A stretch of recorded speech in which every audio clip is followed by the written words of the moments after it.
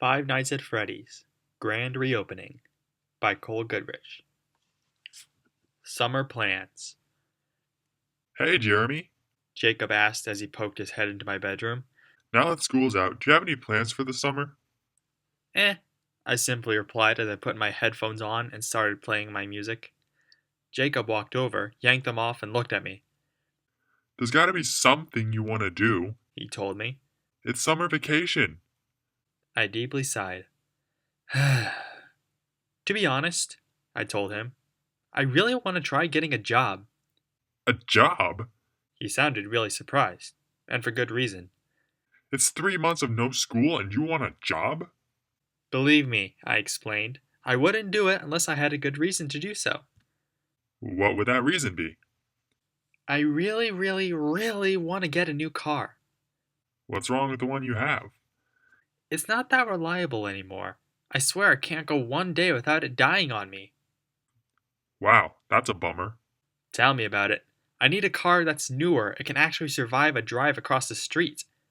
Well, do you have any idea where to get a job to get that kind of money? Honestly, no. I haven't checked for any available jobs yet. Well, better start looking now. The beginning of summer is the best time for job openings, especially for a high schooler. I guess you're right. I'll check the paper and see if I can find anything. I'll even bring it to you. Give me a second. My big brother then left my room and went down the stairs. I wasn't a fan of working in the summer, but it was the only way I could get the car.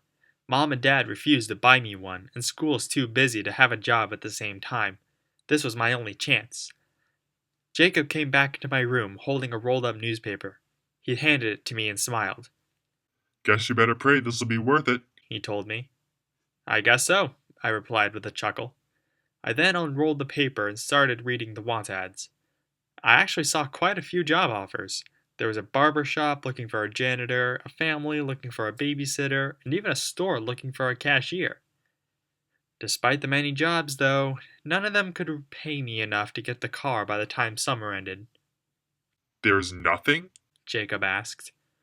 Nothing that'll give me the money soon enough, I replied. Well, I'm sure there's a job available somewhere. Hopefully. Jacob, Jeremy, a familiar female voice called from downstairs. Yeah, Mom. We both replied. Get ready. We have to go to Tommy's birthday party in an hour. Ah, shit. I'd completely forgotten about that. I still don't understand how my mom convinced us all to go to our cousin's birthday party. It's not like we knew anyone on that side of the family very well. Well, let's get ready, I suppose, Jacob told me. Where's this stupid party at again? I asked. I think it's called Freddy Fazzy Pizza or something like that. Sounds about right. Well, let's get this over with. I honestly had no idea a simple birthday party would lead to a total nightmare that would haunt me forever. Happy birthday, Tommy. We left home an hour later and began heading to the party. I really didn't want to go, but Mom threatened to ground me if I didn't. I'm almost 18 and I still have to take orders from her. Makes me want to graduate even more. We eventually pulled into the massive parking lot. I looked out the car window, and in giant red letters, there was the name Freddy Fazbear's Pizza, along with a picture of a cartoon brown bear, blue rabbit, and yellow chicken. I think I actually remember those guys, to be honest, but I'm not sure where. Anyway, we got out of the car and walked inside the restaurant. Immediately to our right was a giant stage with 3 animatronic characters on it. In the front, singing a song on the microphone, was the bear on the building. To his right was the blue bunny playing a red electric guitar, and to his left was the chicken playing the keyboard. They all looked cheesy, but that's what you'd expect out of a place like this. To our left was what looked like a counter where you can exchange tickets for prizes. There were kids lined up, all squealing with joy at the thought of getting a prize. They mainly seemed to be selling plush toys that looked like the characters. There was a giant purple present box in the corner. It looked closed, yet could open at any time. The rest of the room looked like a giant play area filled with arcade games and rides. There were kids riding a carousel, a few more playing a crane game, and even one getting a balloon from some creepy robotic kid holding a whole bunch of balloons. Children's laughter could be heard coming out of its speaker. It sounded very disturbing. Mom went to the front counter and said we were here for a party for Tommy Fitzgerald. Ah, yes, the woman behind the counter said as she pointed in a book in front of her. That's in party room 1. Down the hall, take a left, second door on the right. Thanks, my dad told her. We then went down the hallway near the stage. At the end of the hall was a closed door that looked like it was only for employees. Restrooms could be seen on our right, and another hallway on the left, where we needed to go. Down that hallway were 2 doorways on either side. I could see party room and a number above each doorway. At the far end of the hallway, though, was what looked like some sort of office. In the office was a man in a dark blue baseball cap with the letters FFP in bright red. He had long, greasy black hair and an equally gross beard. He was looking at a screen of some sort that was sitting on the desk he was sitting at. When he heard us approaching, he looked up to see who it was. His eyes were a pale blue that seemed non-human. I saw a name tag on his dark blue polo shirt. I didn't see the name, but I did see what looked like security under it. He then looked back at the screen as if we didn't exist. We then found party room 1 and saw a bunch of family members I never talked to sitting and standing and talking. Some of them looked at us, but others ignored our arrival. Patrick! We looked and saw a familiar man waving at our father. Nick, Dad replied. He then went over to him and hugged him. It's been a while, little brother, Nick told him. Yeah, but you know how busy work gets, Dad replies. He then stepped aside to reveal the rest of us. Gloria, how have you been? Uncle Nick asked as he shook Mom's hand. Not too bad, Nick. How are things with May? Oh, she's still the woman I fell in love with 15 years ago. He then looked at me and Jacob. Oh, wow, he gasped. Patrick, you told me you had 2 little boys. Dad chuckled. That was years ago, Nick, he told him. They're all grown up now. I can see that. He then extended his hand to Jacob, who shook it. It's been a while. Jacob, was it? That's right. My brother replied. Man, how old are you now? 20. Oh my, it has been a while. They both then laughed. Uncle Nick then went to me and I shook his hand. Gosh, you've grown so much. Johnny? Jeremy, I corrected. Hey, I got the J and the E, Uncle Nick said with a smile. I awkwardly smiled back. Gosh, this place has changed so much, Mom said as she looked around. You've been here before? I asked Mom. Of course, we used to take you boys here all the time when you were kids. Really? I didn't remember that. Yes, but Jacob was only around 6 years old when we stopped going. Why'd we stop? The place closed all of a sudden. I think it was something about a missing child or something. I heard it was 4, Dad commented. Well, anyway, the place closed, but it just reopened a week ago. Oh, wow. Yes, popularity sure is boosting, Uncle Nick commented. That's why I made sure my little Tommy had his birthday party here. Speaking of which, he then turned towards one of the tables and we saw a woman sitting next to a little boy. Oh my, Mom gasped. Tommy's grown so much. Yeah, that he has, Uncle Nick replied. My little man is 8 years old. Imagine how I'll feel when he's Jacob's or Jimmy's age. Jeremy. Oh, you know who I mean. He then signaled for us to walk towards Tommy and Aunt May, which we did. Happy birthday, Tommy, Mom told the boy.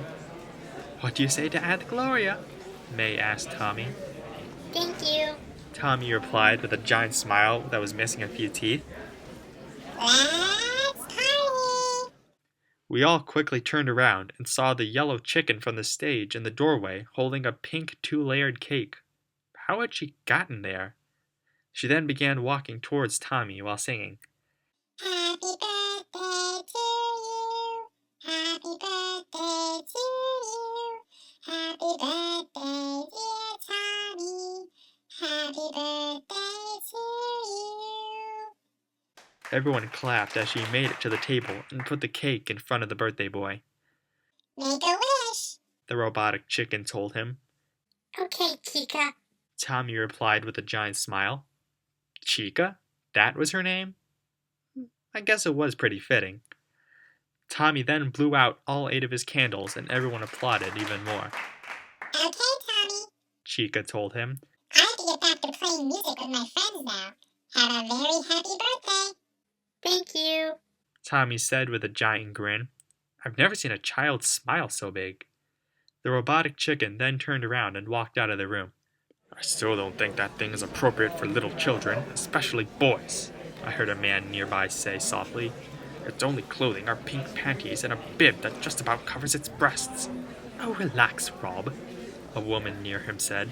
I'm sure he was too focused on the cake to pay attention to that. Uncle Nick then began cutting the cake and serving it to everyone. It looked like one layer was white cake and the other was chocolate. I grabbed a white slice. Not too big of a fan of chocolate. I sat next to Jacob, who was sitting alone in a corner seat. He had chocolate cake. We're opposite in that aspect. You know what I don't get? He asked me. What? I asked as I took a bite of the cake. It was very delicious. How did that thing know Tommy's name? I'm sure she was programmed or something to know his name. It's a bit weird, in my opinion. Meh, I think it's kinda nice. This place is pretty family friendly, I'll give it that. I guess. Hey, what's that? He then pointed at the wall next to us. There was what looked like a poster. On top, in bold letters, were the words, Help Wanted. I think they're hiring. Jacob told me. You said you needed a job, right? Well, yeah. At least look at what they're offering. I don't know. You want that car, right? I then sighed, got up, and walked to the poster. On the poster were the three characters of the restaurant smiling at the reader. I then began to read. Help wanted. Vintage pizzeria given new life. Come be a part of the new face of Freddy Fazbear's Pizza. What could go wrong? $100.50 a week. To apply, call 1-888-FAZ-FAZBEAR or come to the manager's office of our new location. I looked at the poster a few times. They didn't specify what they were offering, but I suppose maybe there were multiple available jobs, seeing as how the place was so new. I walked back over to Jacob and explained what the poster said. $100.50 a week? He asked. Is that enough money to get you the car? Well, not a new one, but it's the highest paying job I've seen so far. Well, go check it out. What do you have to lose? I suppose you're right. I then got up and snuck my way out of the party room. I just had to find the manager's office. I began wondering if this job could get worth it, provided I even got it. Job interview. As soon as I walked out of the party room, I looked around for any signs of the manager's office. I didn't remember seeing anything resembling a manager's office when we came in. Can I help you? A grisly voice asked. I turned towards the security office and saw the guards staring at me. I'm looking for the manager's office, I replied. He continued to stare at me. Why? Do you have a complaint? A corn cob was less yellow than his teeth. No, I replied. I'm just trying to get a job. His eyes widened. You sure you want to do that? He asked. Yes. He then gave a small chuckle to himself. Head back to the main area. There's a doorway between the prize counter and the game area that'll lead you to Kids Cove. Through there you'll find the office. Thanks, I replied. Sure, he mumbled as he looked back at the screen. I then went down the hallway into the main area again. Sure enough, there was a doorway labeled Kids Cove above it. I went inside and found a bunch of toddlers running around the place. There were some drawing, some singing, and some tearing apart an animatronic. It looked like some sort of female fox with a white face, blush, and lipstick, but it was so mangled up it was hard to tell what it was. The little kids kept ripping it apart and putting its parts in different places, like some sort of robotic Mr. Potato Head. I then found a doorway on the left that read, Management. This must be the place. I walked out to it and knocked on the door. Yes? I heard a male voice call from inside. I could barely hear it over the screams of the toddlers. Excuse me, I told him. I'm here about a job offer. A few seconds passed before a man opened the door and stared at me. He looked like he was in his early 50s. So you want to work here? He asked. Yes, I replied. He then gave a small nod and signaled for me to come in. Once I was in, he had me sit in a chair in front of his desk. He then sat behind the desk and pulled out a pen and some paper. "What's your name?" he asked me. "Jeremy Fitzgerald," I replied. He then began writing on the paper. "Age? 17. More writing. Any previous working experience?" "Nope." He looked up at me. "None at all?" he asked. "No," I replied. He then began writing again. "Why do you want to work here at Freddy Fazbear's Pizza?" "I want to make some money for a car," I admitted. "Plus, this place seems like it'd be a fun place to work at." He then gave a small smile. "It is," he replied. He then wrote yet again. "Well, Mr. Fitzgerald, we don't have many jobs available at the moment," he admitted. "Our only available options as of now are janitors, mechanics, and security guards." Well, I hated cleaning as it is. Cleaning after kids would just be a nightmare. And I knew nothing about mechanics, so that was out. "What would a security guard do?" I asked. "Well, we're looking for someone to work the night shift," he explained. "You'd work from 12 a.m. to 6 a.m. every night. All it pretty much is just watching the security feed and keeping an eye on things. So it's pretty simple?" He paused before replying, "Yes, it's pretty simple." I thought about this for a second. None of this sounded difficult at all, and the paycheck would at least help a bit. "All right," I said. "I'll take the night shift." "Good to hear," he replied with a grin. "Can you start tonight at midnight?" "Of course." "Well then, welcome to the new Freddy Fazbear's Pizza, Mr. Fitzgerald." We then shook hands. It was official. I got my summer job. I really hoped it was as simple as the manager claimed it was. Preparation. I went back to the party room and told my parents about the job. They looked surprised, but I wasn't sure if it was because I got a job without them knowing or because I got a job in general. Anyway, Mom agreed to let me use her car for the nightly trips, seeing as how mine would never make it all the way over there. After that, we all stayed at the pizzeria until the party ended. When it finally did end, we went home and I began to start drinking an insane amount of coffee. I needed to stay up all night if I was going to do this job right. Soon, I arrived at the pizzeria at 11:55 p.m. I didn't want to be late on my first night. I saw a light coming from the main room up front. It looked like someone was inside. I walked up to the doors and went inside the building. I found the manager in the center of the room, sitting at a table. He looked up when he saw me. "Good evening, Mr. Fitzgerald," he told me. "Ready for your first night?" "As ready as I'll ever be, I suppose," I replied. He smiled. "Let's head to your office then, shall we?" he told me. He then walked down the hallway and I followed him. "So you said you'd taken this job to get a new car, eh?" he asked as we walked. "Yes, sir," I replied. "Well, I'm afraid that may take some time as of now. We spent so much money on the new building and animatronics, we hardly had enough money left over to pay the employees as much as they deserve." "Oh, I guess that makes sense." "But don't worry, once we begin making a profit, your paycheck should hopefully increase." "That's good to hear." I hope that didn't sound as rude as I thought it might have. We then finally reached the office. It was the same one the other guard was in. I could see an open air vent on either side of the room. There were green buttons labeled "Light" above each one. The desk in the room had empty wrappers and an electric fan that was currently running. It looked like there was a screen on the desk as well. I sat at the seat behind the desk and saw posters all along the wall, advertising the restaurant. All in all, it was a pretty cozy setup. "Before I forget," he told me, "you're going to need this." He then handed me a folded dark blue polo shirt with the same colored hat on top of it. It had the letters FFP written in red on it. It was the same outfit as the other security guard. There was also a flashlight there as well. "And there's something next to the desk there," he continued. I looked down and saw what looked like an animatronic head lying next to the desk. It looked completely hollow, as if it could be worn as a mask. "What's this for?" I asked. "Don't worry," he replied. "When your shift starts, you'll get a call from the assistant manager. He'll explain that and everything else you'll need to know." "Oh, okay." "Well, I'll be heading out now. Have a safe night, Mr. Fitzgerald." Thanks." Why do I get the feeling he's not telling me something? He nearly disappeared immediately into the dark hallway. I somehow felt a bit more nervous now. I then heard a chime above me, looked up and saw a digital clock in the top right corner of the room. A digital clock that read 12 a.m. My first shift had officially started. Hopefully nothing would happen. Last thing I need is someone breaking in on my first night.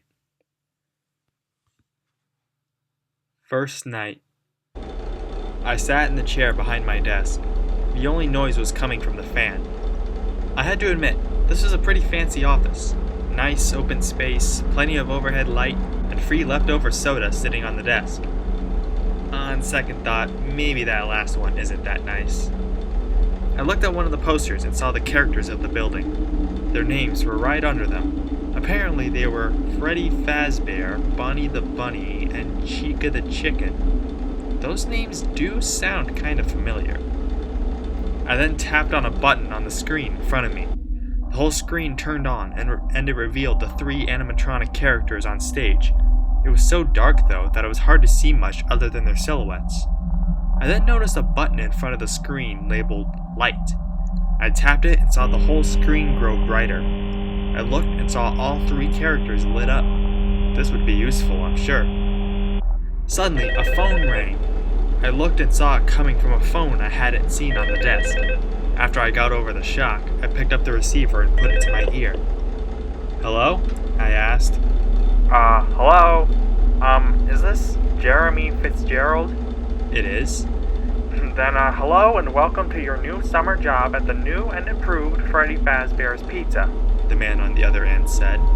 I'm here to talk you through some of the things you can expect to see during your first week here and to help you get started down this new and exciting career path. Okay then. This must be the assistant manager, although I don't exactly plan for this to be my career. Now, I want you to forget anything you may have heard about the old location, he continued. Some people still have a somewhat negative impression of the company. That old restaurant was kind of left to rot for quite a while, but I want to reassure you that Fazbear Entertainment is committed to family fun and above all, safety. That's good to hear. Is he referring to the missing children incident Mom's talking about? Did that even happen? They spent a small fortune on these new animatronics. Facial recognition, advanced mobility, they even let them walk around during the day. Isn't that neat? Yeah, that's pretty cool, I guess. But most importantly, they're all tied into some kind of criminal database so they can detect a predator a mile away. Heck, we should be paying them to guard you. I gave a small chuckle at that last line. Now that being said, no new system is without its kinks. That certainly got my attention. Kinks? I asked. What kind of kinks? Well, you're only the second guard to work at that location, he explained. The first guy finished his week, but complained about conditions. Conditions? We switched him over to the day shift, though, so hey, lucky you, right? I'm sorry for interrupting, I said, but what kind of conditions did he complain about? He mainly expressed concern that certain characters seemed to move around at night, and even attempted to get into his office. What? Now, from what we know, this should be impossible. That restaurant should be the safest place on Earth. I would think so. So, while our engineers don't really have an explanation for this, the working theory is that the robots were never given a proper night mode. What does that mean? Well, when it gets quiet, they think they're in the wrong room. So then they go to try to find where the people are, and in this case, that's your office. Why did I suddenly feel uneasy? So our temporary solution is this. There's a music box over by the prize counter, and it's rigged to be wound up remotely. So just every once in a while, switch over to the prize counter video feed and wind it up for a few seconds. I then looked at the screen and saw a layout of the building in the bottom right corner. It looked like I could touch it to change screens, which was actually pretty cool. I tapped where I believed the prize counter was, and sure enough, there it was. On the screen, in the mid-bottom, was a giant rectangle that read, Wind Up Music Box, as well as a giant white circle above it. The circle started to grow smaller, though, as if it was a clock. I tapped and held my finger on the rectangle, and the circle started growing big again. It doesn't seem to affect all the animatronics, he admitted, but it does affect one of them. It only affects one of them. I wonder which one. And as for the rest of them, we have an even easier solution. What's that? You see, there may be a minor glitch in the system. Something about the robot seeing you as an endoskeleton without its costume on, wanting to stuff you into a suit, or something like that. Wait, what? It's probably nothing, but our engineers claim it might be possible. So we've given you an empty Freddy Fazbear head. Problem solved. You can put it on anytime and leave it on for as long as you want. Eventually, anything that wandered in will wander back out. I looked at the empty head by the desk. Would this thing really work? Would they even stuff me in a suit at all? Something else worth mentioning is the kind of modern design of the building. You may have noticed there are no doors for you to close. Yeah, I've noticed. I didn't want to say it, but the lack of doors made me feel less safe. But hey, you have a light, and even though your flashlight can run out of power, the building cannot. So don't worry about the place going dark. I guess that was good news. Was there ever a possibility of an entire building running out of power? Well, I think that's it. You should be golden. He concluded. Check the lights, put on the Freddy head if you need to, keep the music box wound up, piece of cake. I hope it was that simple. Have a good night, and I'll talk to you tomorrow. Okay, thanks. Good night. He then hung up, and I did the same. When I did, I noticed how rapid my heart was beating. Why was I just now being informed all this? I turned the camera back onto the show stage. All three characters were still there, staring blankly into the empty game area. I scoffed a little bit with a smile. There's no way those guys will move, I thought to myself. They've been programmed with the best technology we have. Surely there's some sort of a night mode on there. And even if they move, there's no way they'll put me into a suit if they get in here. No way. I then took a look at my flashlight. I then glanced down the pitch black hallway. I picked up the light, aimed it at the hallway, and turned it on. The whole hallway lit up, revealing entrances to the 4 party rooms, and the doorway to the main hall. All empty, nobody inside. I turned the light off and placed it back on my desk. I then took a glance at the empty head by the desk. Just out of curiosity, I picked it up and put it on my head like a helmet. First off, it was really big for my head, so I couldn't see much out of the eye holes. I tried looking at the screen through them, but I just couldn't see it clearly. What was worse was the fact it was starting to get really hot in this thing. I took the mask off and took a deep breath of air. I thought I could feel sweat on my face. I put the mask back on the floor and wiped my forehead with my sleeve. I suddenly saw an orange triangle flash next to the prize counter cam on the screen. I pulled up the feed and saw the music box was about to run out. I rewound it through the screen and turned on the show stage feed. They were all still there. Good. I then looked at the clock. 12:15 a.m. I had a long 5 hours and 45 minutes ahead of me. Fortunately, I prepared for this. I pulled out my pocket Sudoku book and a pencil and began work on a random puzzle. Now let's see, did the 9 go in this box or this one? Soon, the orange triangle flashed again. I went back to the prize counter and rewound it. I don't know why I kept winding it, but it might have been because I was scared to find out what would happen if I didn't. Just out of curiosity, I pressed the lights button. Sure enough, the whole room lit up, revealing the purple gift box I had seen earlier. I wonder what was inside that thing. I switched back to the show stage. All 3 still accounted for. I smiled and went back to my Sudoku. It was literally just that for the longest time. Solve a puzzle, wind the music box, check the show stage, repeat. It was just that. Until 3:30 a.m. That's when I checked the show stage and noticed something. There was a chubby brown bear, a feminine yellow chicken, but not a goofy blue bunny. Where's Bonnie? I put my book down on the desk and flipped through the cameras, turning on the lights as I did. He wasn't in the main hall, or the game area, although I did get a look at that creepy balloon kid. I finally went to party room 3 and found him in the room holding his guitar.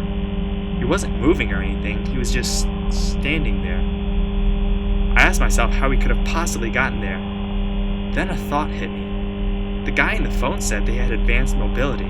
Could that affect how fast they move? Well, party room 3 was still a bit away from my office, so as long as he stayed there, I'd be fine. I went back to the show stage feed. Freddy and Chica were still there. At least that was a spark of optimism. I wound up the music box and flipped back to party room 3. Bonnie was still standing there, although I could swear he moved toward the exit a little bit. I decided to flip through all the cameras just to see what all there was. The only other rooms were the remaining party rooms, which were all empty. Kids' Cove, the only thing there was that mangled robot. Could have sworn I heard radio static coming from it. The air vents on either side of me. Why would they put cameras in the vents? And the parts and services closet. The closet was completely dark, but I shone the light and was quite shocked as to what I was looking at. Sitting in the closets were 3 animatronics, but they all looked broken beyond repair. There was a purple bunny with a missing face and left arm, a yellow chicken duck thing with a busted jaw and missing hands, and a brown bear with ripped fabric and a missing eye. My best guess based on this was that these robots were older versions of the ones I'm guarding, but it's like they were just left to rot. I suddenly heard movement in the hallway in front of me. I pulled out my flashlight and lit up the hallway. I gasped a little when I did. Standing in the hallway, holding a pink cupcake, was Chica. But something didn't look right. It's like she was missing her orange beak and purple eyes. I turned the light off and breathed slowly. There was nothing to worry about. Not even the possibility that they might kill me. On second thought. I then heard what sounded like metal thumping. Kind of like someone was in the air vents. I pulled up the left air vent feed and turned the light on. Nothing there. I then pulled up the right air vent feed and turned the light on. Instead of nothing, like I hoped there would be, there was a blue bunny on its hands and knees. The assistant manager said if I wore the Freddy head, anything that wandered in would wander back out again. I prayed to God he was right. I turned the hall light back on again. Chica was still there. She was staring creepily at me, but hey, she was there. The orange triangle lit up again. I quickly wound up the music box and looked back in the hallway. Oh crap, she was gone. Before I could check to see where she was, I heard even louder clanking noises. It was definitely coming from my right. I reached for the light above the right vent and pressed down. When I did, I was greeted by a blue bunny with big green eyes staring at me. I pulled my hand back, gave a small scream, and grabbed the Freddy head. It was stupid, I know, but it was better to be safe than sorry. I put the empty head on and held my breath. Was it gone? Did it go in my room at all? I could then see the lights flicker a little bit. They then went dark completely. I froze. The phone guy said the power wouldn't go out. The lights then went back on, and I saw Bonnie in the room staring at me. Did his irises and pupils get smaller? The lights flickered and turned off again. They then slowly turned back on, and I saw he was gone. I took the Freddy head off and took a deep but quiet breath. Can't believe that actually worked. Would that really work for all of them? I then gasped, Chica! I pulled up the camera and tried looking for her.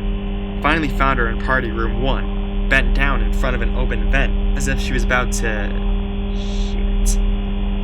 I put the camera away and, for the heck of it, looked down the empty hallway again. I was expecting Bonnie to be there, or maybe nothing at all, but standing in the hall was Freddy Fazbear in the shiny flesh. He looked like he was at the far end of the hall, so I think I was safe. For now.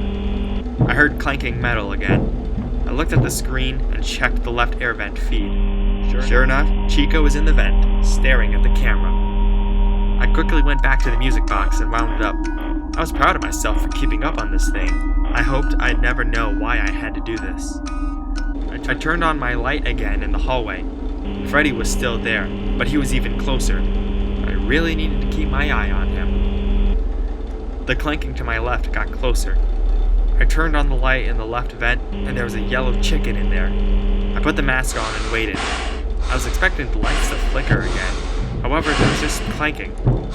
I snuck the mask off a bit and looked down the vent. I could see orange feet go down it. I exhaled a bit with relief. I took it off completely and wiped my face again. I was really getting nervous. I then gasped when I saw the orange triangle. I quickly rewound the box and looked away from the screen. When I did, I saw a chubby brown bear standing in my room. He was staring at me with black, soulless eyes. I quickly put on my mask and waited. The lights then flickered and turned off again. I held all the breath I could manage to hold. They then went back on and he was gone. I took it off and the office was completely empty. I found myself breathing really hard. I looked at the clock. 5:41 a.m. How did time go that fast? Well, I guess it was actually good for me. I looked at the cameras and saw Chica in the main hall, Bonnie in party room 4, and Freddy in the game area. I kept a close eye on them. I didn't seem to be having any more problems. I just watched them and kept winding up the music box every now and then, and I had no troubles. Suddenly, after what seemed like a year, I heard chiming above me. I looked at the clock and I saw it read 6 a.m. I sighed with relief. It was over. My first night was over. I looked at the cameras and saw all 3 animatronics go back towards the main area. They then climbed back onto the stage and froze. I sighed with relief. The manager is definitely going to hear some harsh words from me. Explanation. I heard the front door open a few minutes later. I then left the office and went into the main area, where I found the manager walking into the building. "Good morning, Mr. Fitzgerald," he told me. "How was your first night?" "Oh, not too bad," I said sarcastically. "Nobody broke in, it was generally quiet, and, oh yeah, the robots walked off the stage and got into my office!" He stared at me with total shock. "Didn't the assistant manager tell you there was a possibility of that?" he asked. "Yes, he did," I replied, "but I would have preferred to hear it from you." "Well, I'm sorry, Mr. Fitzgerald. I apologize for not saying something that would have stopped you from taking this job." I froze. I then sighed. He had a very good point. "Yes, they move," he continued as he glanced at the animatronics. "But we're 90% sure that if they got into your office, they would cause no harm. 90% isn't 100%. That's why we gave you that empty head. Didn't the assistant—" "Yes, he told me," I blurted out. He then sighed. "Look, Mr. Fitzgerald, just do your job. If it's done right, there should be no problems for you or anyone else. Clear?" It was my turn to sigh. "Clear," I replied. "Good. I'll see you tonight then." "Fine." I then walked out of the restaurant and groaned as I got into my mom's car. I began asking myself if I was really at risk here. Sure, they moved and there was a chance of death, but there was only 3 of them, right? Second night. Before I left for work that night, I made sure to personally say bye to everyone in the house. I didn't want to tell them it was because there was a chance I may not make it home that night. You might call me stupid for going back to the job. It's not like I signed some sort of contract forcing me to stay employed there. But the truth is, I needed that money for the car. If that meant I had to go through hell to get it, I would do it. Something interesting happened before I left, though. Mom showed me some more pictures from Tommy's party that were taken before we got there. In the background of one, there was the prize counter. It looked normal, except the purple present box was open. And in the box was what looked like some sort of skinny, smiley clown. It seemed to be giving a child something. "What's that?" I asked Mom as I pointed at it.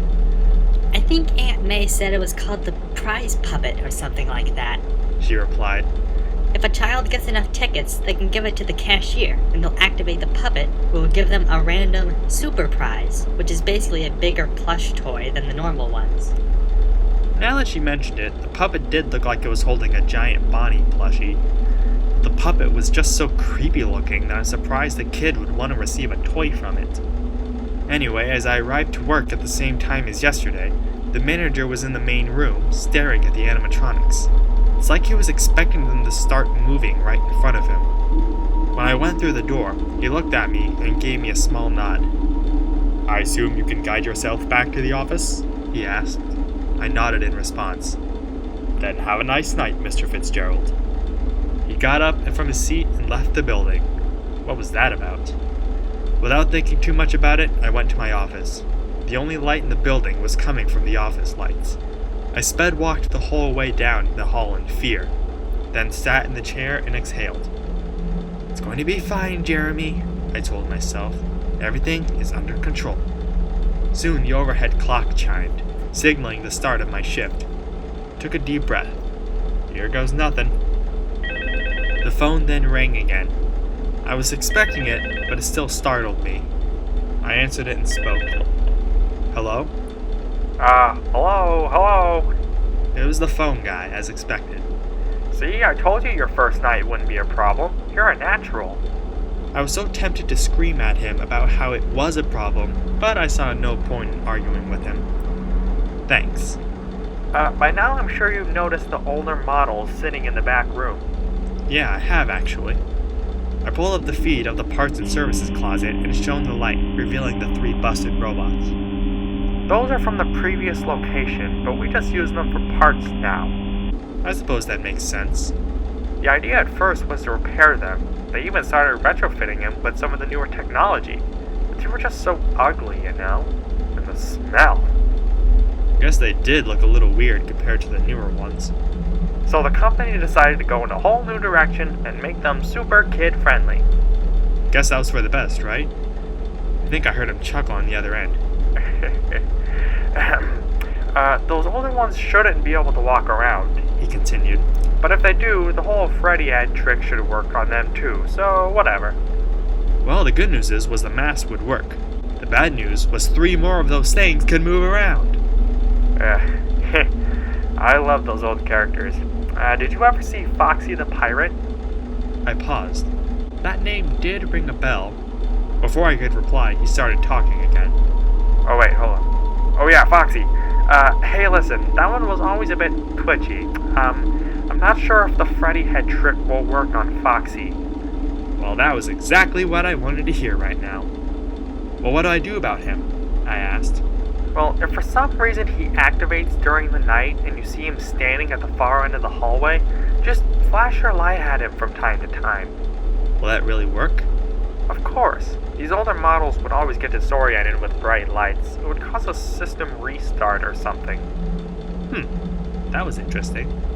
Come to think of it, you might want to try that on any room where something undesirable might be. It might hold it in place for a few seconds. That glitch might be in some of the newer models too. Well, what do you know? This guy can actually give useful information after all. Oh, one more thing. Don't forget the music box. I wasn't planning to. It was actually a good thing you mentioned it. I pulled up the prize counter feed and wound up the music box. I'll be honest, I never liked that puppet thing. It was always thinking, and it can go anywhere. I don't think a Freddy head will fool it, so just don't forget the music box. Wait, that puppet thing? Does he mean the prize puppet? What does he mean when he says it was always thinking? I hope I never know, Anyway, I'm sure it won't be our problem. he concluded. Have a good night, and I'll talk to you tomorrow. Okay, good night. We both then hung up. I then began silently counting to myself. There were the 3 new animatronics, 4 older models, and possibly the puppet. That was 8 animatronics? Am I gonna survive tonight? I then looked at the main stage. Hey guys, Cole here. So call it some glitch in Wattpad, but for whatever reason, the rest of this part is pretty much non-existent at this point. Yeah, I know, right?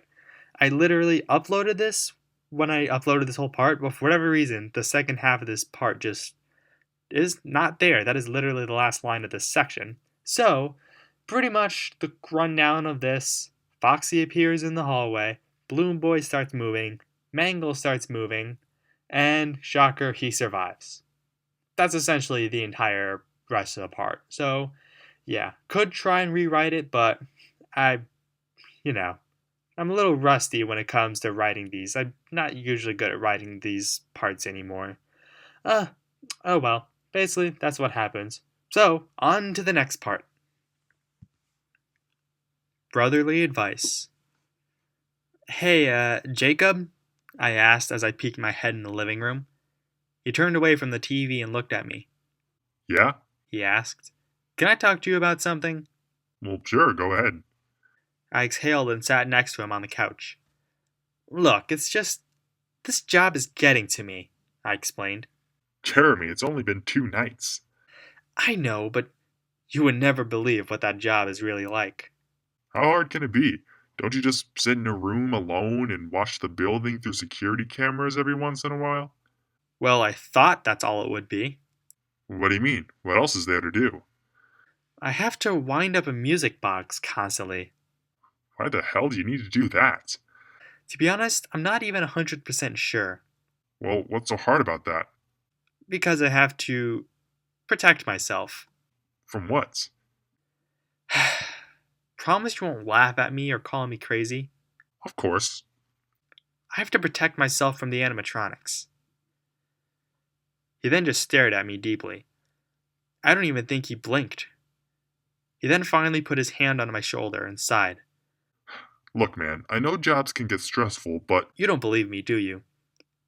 He stared again and sighed. Well, why do you need to protect yourself from the animatronics? He finally asked. Well, the assistant manager told me they might be glitchy and think I'm a metal endoskeleton or something and then stuff me into a suit. I could tell he was trying to hide a smile. I'm sorry, He said. but do you know how crazy that in itself sounds? I groaned and sat up. This wasn't helping me at all. Jeremy, wait. My brother quickly said. I'm sorry, okay? Turned around and looked back at him. He wasn't smiling. Is there anyone at work who could help you? He asked. Another employee or something? I paused and thought. I only knew of one other employee that would know how to handle this job. I guess there is, I replied. He used to work the night shift before me. Well, go talk to him about what to do. Well, I guess it's better than nothing. Do you want me to tell Mom and Dad what's going on? No. Last thing I need is them to be worried about me. Well, good luck then. Thanks. I then left the house and got into Mom's car. The place closes in 30 minutes. Hopefully that would be enough time to get in there and get advice. Expert tips. I pulled in the Freddy Fazbear's Pizza at 8:45 p.m. The place would close in 15 minutes, so I had to hurry. I went inside and found a good majority of children watching the three characters playing a song on stage. How do kids love this stuff? Hello, Jeremy. I looked and saw a familiar girl smiling at me from behind the counter.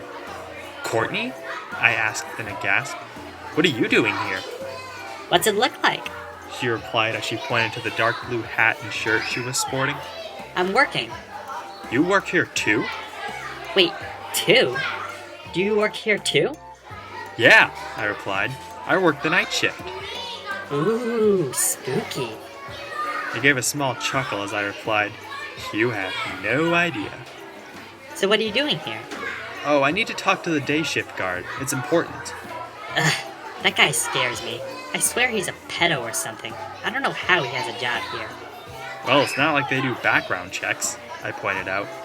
But I'm not quick to judge others by their appearance, Well, I'm not you. she simply replied. So, can I talk to him? I suppose, but only because you're an employee and not because you're my boyfriend's little brother. Thank you.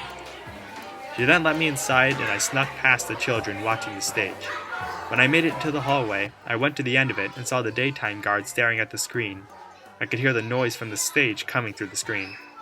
I knocked on the doorway and he jumped out of his seat a bit. He then looked at me with those soulless eyes. What do you want? He snarled at me. I need to ask you about something, I calmly replied.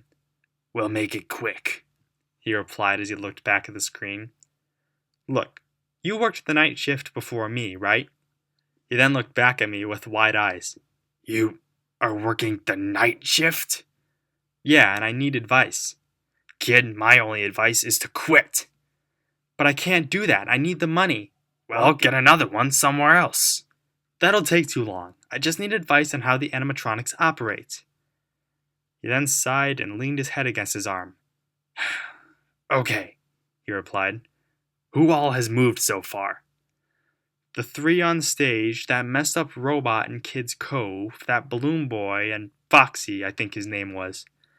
That's not even all of them, my poor friend. Who else is there? You know those old models in the back? The broken ones that were used for parts? Yeah, well, they're not as broken as you think. They're partially rebuilt with some of the technology of those newer models. Yeah, the assistant manager told me that.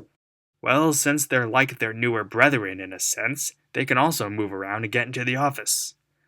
They haven't done that yet. Well, if they don't move tonight, I'll be surprised. But the mask will help with that, right? Yeah, it will. But those older models seem a little smarter than the newer ones. They'll get into the office before you see them in the vents. So then I put the mask on when they get in? Yeah, but you gotta be quicker than the goddamn Flash. As soon as you see them in your office, that mask has to be on immediately. Or else what? Or else they won't be fooled. Anything else I should know? Yeah, make sure that asshole BB doesn't get into the office. Who? Balloon Boy, that creepy kid with the balloons in the game area. If he gets in your office, consider yourself dead. Why? I don't know how, but if he gets in your office, he won't kill you, but he does the next worst thing. He stops your lights from working. What? And he makes that loud, creepy laugh over and over and over and over. How do you know that? 'Cause he got in my office one night at 5:55. I think I'm only alive right now 'cause that clock rang 6. Oh, God. And one more thing, he said. Whatever happens, do not forget the music box. What is the deal with that damn box? It's the only thing that keeps the prize puppet calm. What's that supposed to mean? Look, just keep it wound for your own safety. All right. Well, I think that's everything you need to know. He then looked back at the screen. Thanks. Sure, whatever. I then sighed and left the office. What was this guy's problem? I then went back to the main area, where the animatronics seemed to be bowing to the kids, who started cheering. Good night, kiddies. Freddy told the audience in a goofy southern accent. We'll be sure to see y'all tomorrow for another fabulous day at Freddy Fazbear's Pizza. The kids all cheered as the stage curtains closed and the room got brighter. Okay, everybody, the manager told over the intercom. The building will close in 5 minutes. We hope to see you all again tomorrow for another magical day. I groaned silently. I hope to see anything tomorrow, provided I don't meet my death. Third night. I left just as the place was closing. There was no point in staying here for 3 hours if I didn't need to. I took a short nap when I got home. If there was a time to have a lot of energy, it was tonight. I arrived back at the restaurant at my usual time. Again, the manager was in the front area, only this time he was looking at something on the table. It looked like a picture of some sort. When I entered, he looked up at me and stuffed the item in his coat pocket. He gave a quick nod as he stood up and walked out of the building. A bit weird, in my opinion. I quickly got into my office and tried to relax myself. The day guard told me everything I needed to know. As long as I listened to him, I'd be fine. When the clock chimed midnight, though, I felt my heart beating faster again. Was I gonna make it tonight, despite everything I knew about these guys? The phone rang again, which was to be expected at this point. I took a deep breath and picked up the receiver. Hello? Hello? See, I told you wouldn't have any problems. Did this guy even know what this job was like? Did, Foxy ever appear in the hallway? Before I could answer, he replied, Probably not. I was just curious. Pretty sure there was a reason he continued talking so quickly. Like I said, he was always my favorite. They tried to remake Foxy, you know? Oh, really? Yeah, they thought the first one was too scary, He explained. so they redesigned him to be more kid-friendly and then put him into Kids Cove to keep the toddlers entertained, you know? Of course. But kids these days just can't keep their hands to themselves. The staff literally has to put Foxy back together after every shift. Oh my. So eventually they stopped trying and left him as some sort of take-apart, put-back-together attraction. And that was just a mess of parts. Yeah, I think I've seen who you're talking about. Yeah, I think the employees refer to him as just the Mangle. That was a pretty fitting name. Oh hey, before I go, I wanted to ease your mind about any rumors you might have heard lately. Rumors? Yeah, you know how these local stories come and go and seldom mean anything. He explained. I can personally assure you that whatever is going on out there, and however tragic it may be, has nothing to do with this establishment. It's all rumor and speculation, people trying to make a buck, you know? What was this guy talking about? Was someone saying things about the business? Our guard during the day has reported nothing unusual, and he's on watch from open till close. Well, I guess that's good to hear. That's only assuming he's doing his job correctly. Okay, well, anyway, hang in there, and I'll talk to you tomorrow. Okay, thanks. Talk to you tomorrow. We both then hung up. Admittedly, I didn't really care about all that sentimental stuff about Foxy that he was going on about. I just enjoyed hearing someone's voice to keep me somewhat calm. The part about rumors got me confused, though. What were people saying about this place? It seemed perfectly fine, save for the killer robot characters, of course. I didn't think too much on it. I opened the camera screen and saw all 3 characters on stage. That was always a good sign. I then went to the prize counter video feed and wound up the music box. I began to think that this music box was somehow linked to the prize puppet, mostly on its location and the phone guy's mentioning of it. What I didn't know was what would happen if I didn't keep it wound. While I was waiting for the characters on stage to inevitably move, I decided to check the other rooms in the place just to be safe. All the party rooms were empty, as well as the main hallway. BB was still in the game area, and I found that busted Foxy remake in Kids Cove. The Mangle, I think he said it was called. I suddenly remembered something important. I looked away from the screen and flashed my light down the hallway. I sighed with heavy relief when I saw it was empty. Thank God Foxy wasn't there, or I might have been a goner. I then kept looking at the cameras. The 3 characters on the stage were still, well, on the stage. I kept flipping through and found myself at the parts and services closet. When I turned on the light, I could see the older models still sitting there, completely broken and lifeless. It was kind of sad to see them in this broken state, but it was mainly just creepy. Heck, the newer models looked like new and shiny toys compared to these guys. Hey, maybe that's what I should just call the new ones. Toy Freddy, Toy Bonnie, Toy Chica. Sounded kind of comical. I then stopped for a second. Something didn't seem right. There was a broken Chica and an eyeless Freddy, but I could have sworn there was a faceless Bonnie, but I couldn't see him on the screen. I then flipped through the cameras to try and find him. Didn't take long. I got to the main hall and turned on the light. Standing in the parts services doorway was the broken purple bunny. I then tried to calm myself down. The day guard said that the older models would move tonight, so I can't say I didn't see that coming. And besides, the phone guy said the Freddy head trick would work on them as well. I wound up the music box again and looked down the hallway. Standing there was the familiar red pirate fox named Foxy. I flicked my flashlight at him and looked at the screen. Old Bonnie was still in the hallway, and the other animatronics were all in their proper place. That was certainly a first.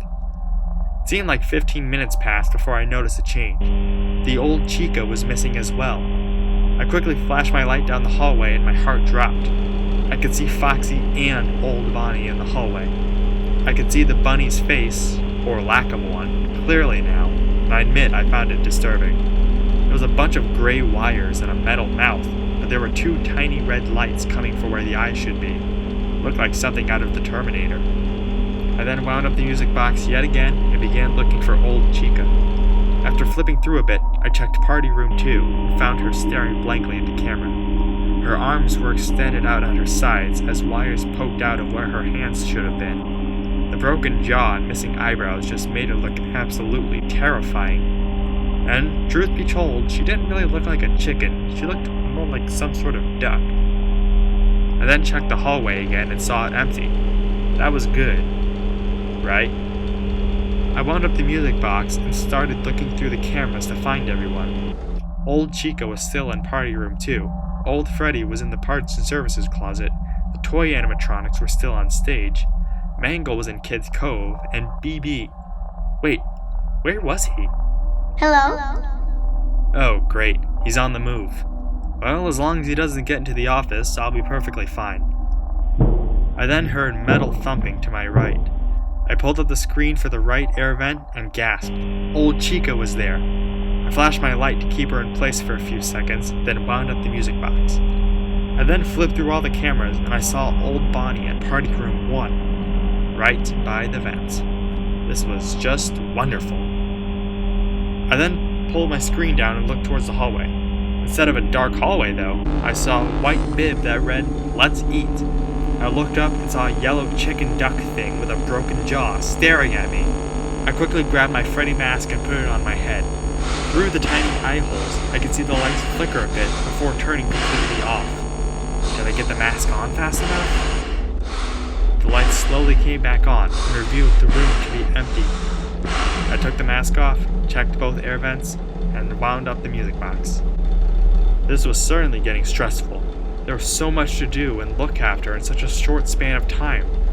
I was doing good so far, but all it took was a small slip-up. Hi. That sounded really close. I looked in the left air vent feed and was expecting to see BB. Instead, I was greeted by a faceless purple bunny. The exposed wires in the head looked unimaginably disturbing. Wait, if BB wasn't in the vent cam then... Oh shit. I lowered the screen and turned the light above the left air vent on. Sure enough, there was the face of a creepy robotic kid staring at me through the vent. I put the mask on and held my breath. A few seconds later, I heard the metal thumping go away. I took the mask off, checked the vent, saw it was empty, then looked back at the screen. Old Bonnie was still in the left air vent. Hopefully that's where he'll stay for a while. Wound up the music box and shone my light in the hallway. I nearly had a heart attack when I did. Right in the doorway was a tattered old brown robotic bear with a creepy smile on his face. Well, hello, old Freddy. I heard thumping from my right, as well as some loud static noise.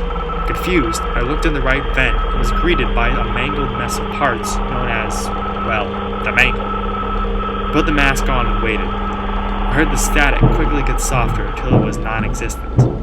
I took the mask off and looked down the hallway. Old Freddy was still there.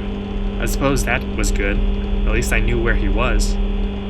Quickly wound up the music box and looked away from the screen. In front of me, though, was a torn purple fabric with metal wires and parts. I put the mask on and tried to calm myself down as the lights flickered and turned off again. When they came back on, old Bonnie was gone too. I took the mask off and shone my flashlight down the hallway.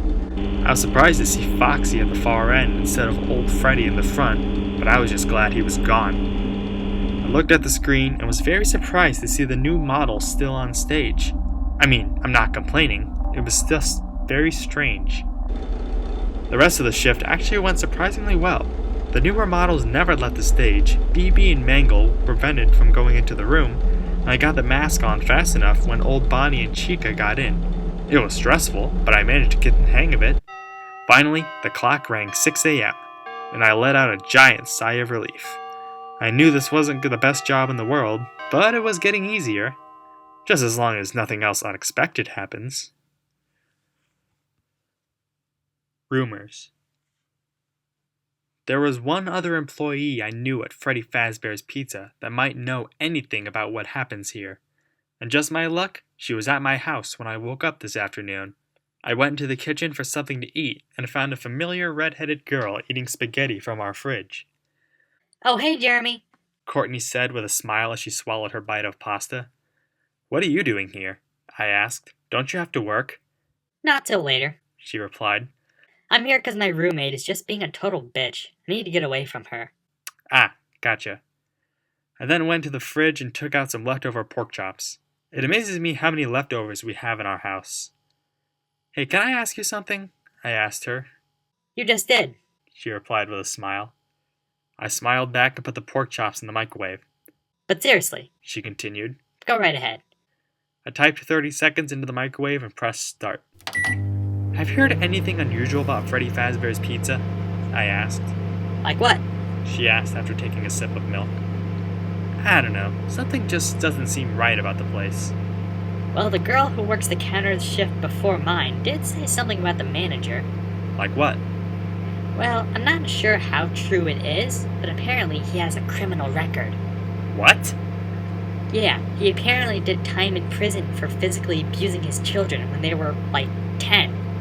And they let him manage a children's restaurant? Again, just a rumor. The microwave beeped. I opened it up and felt the chops. Still a bit cold. I closed the door and added 30 more seconds. I also heard something about that freaky security guard who works day shift. Courtney continued. Like what? Again, it's just a rumor, but he apparently worked security for the old restaurant. Really?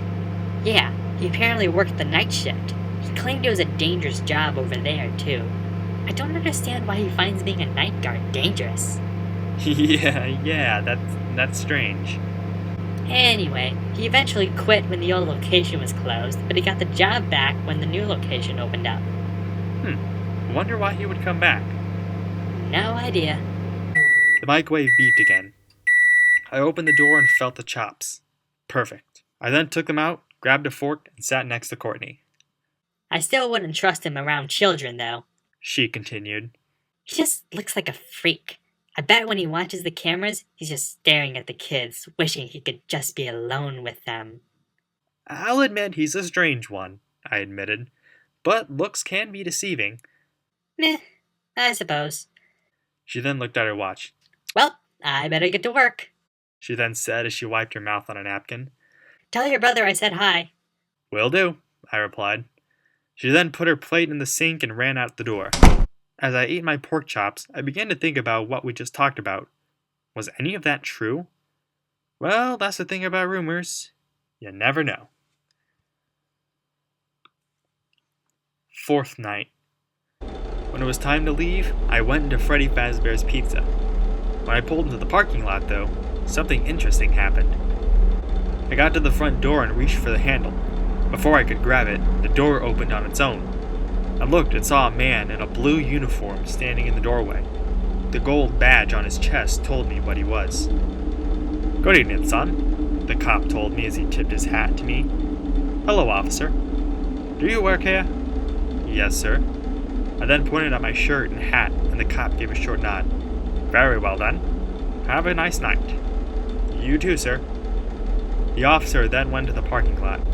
I was extremely confused, but I didn't let it get to me.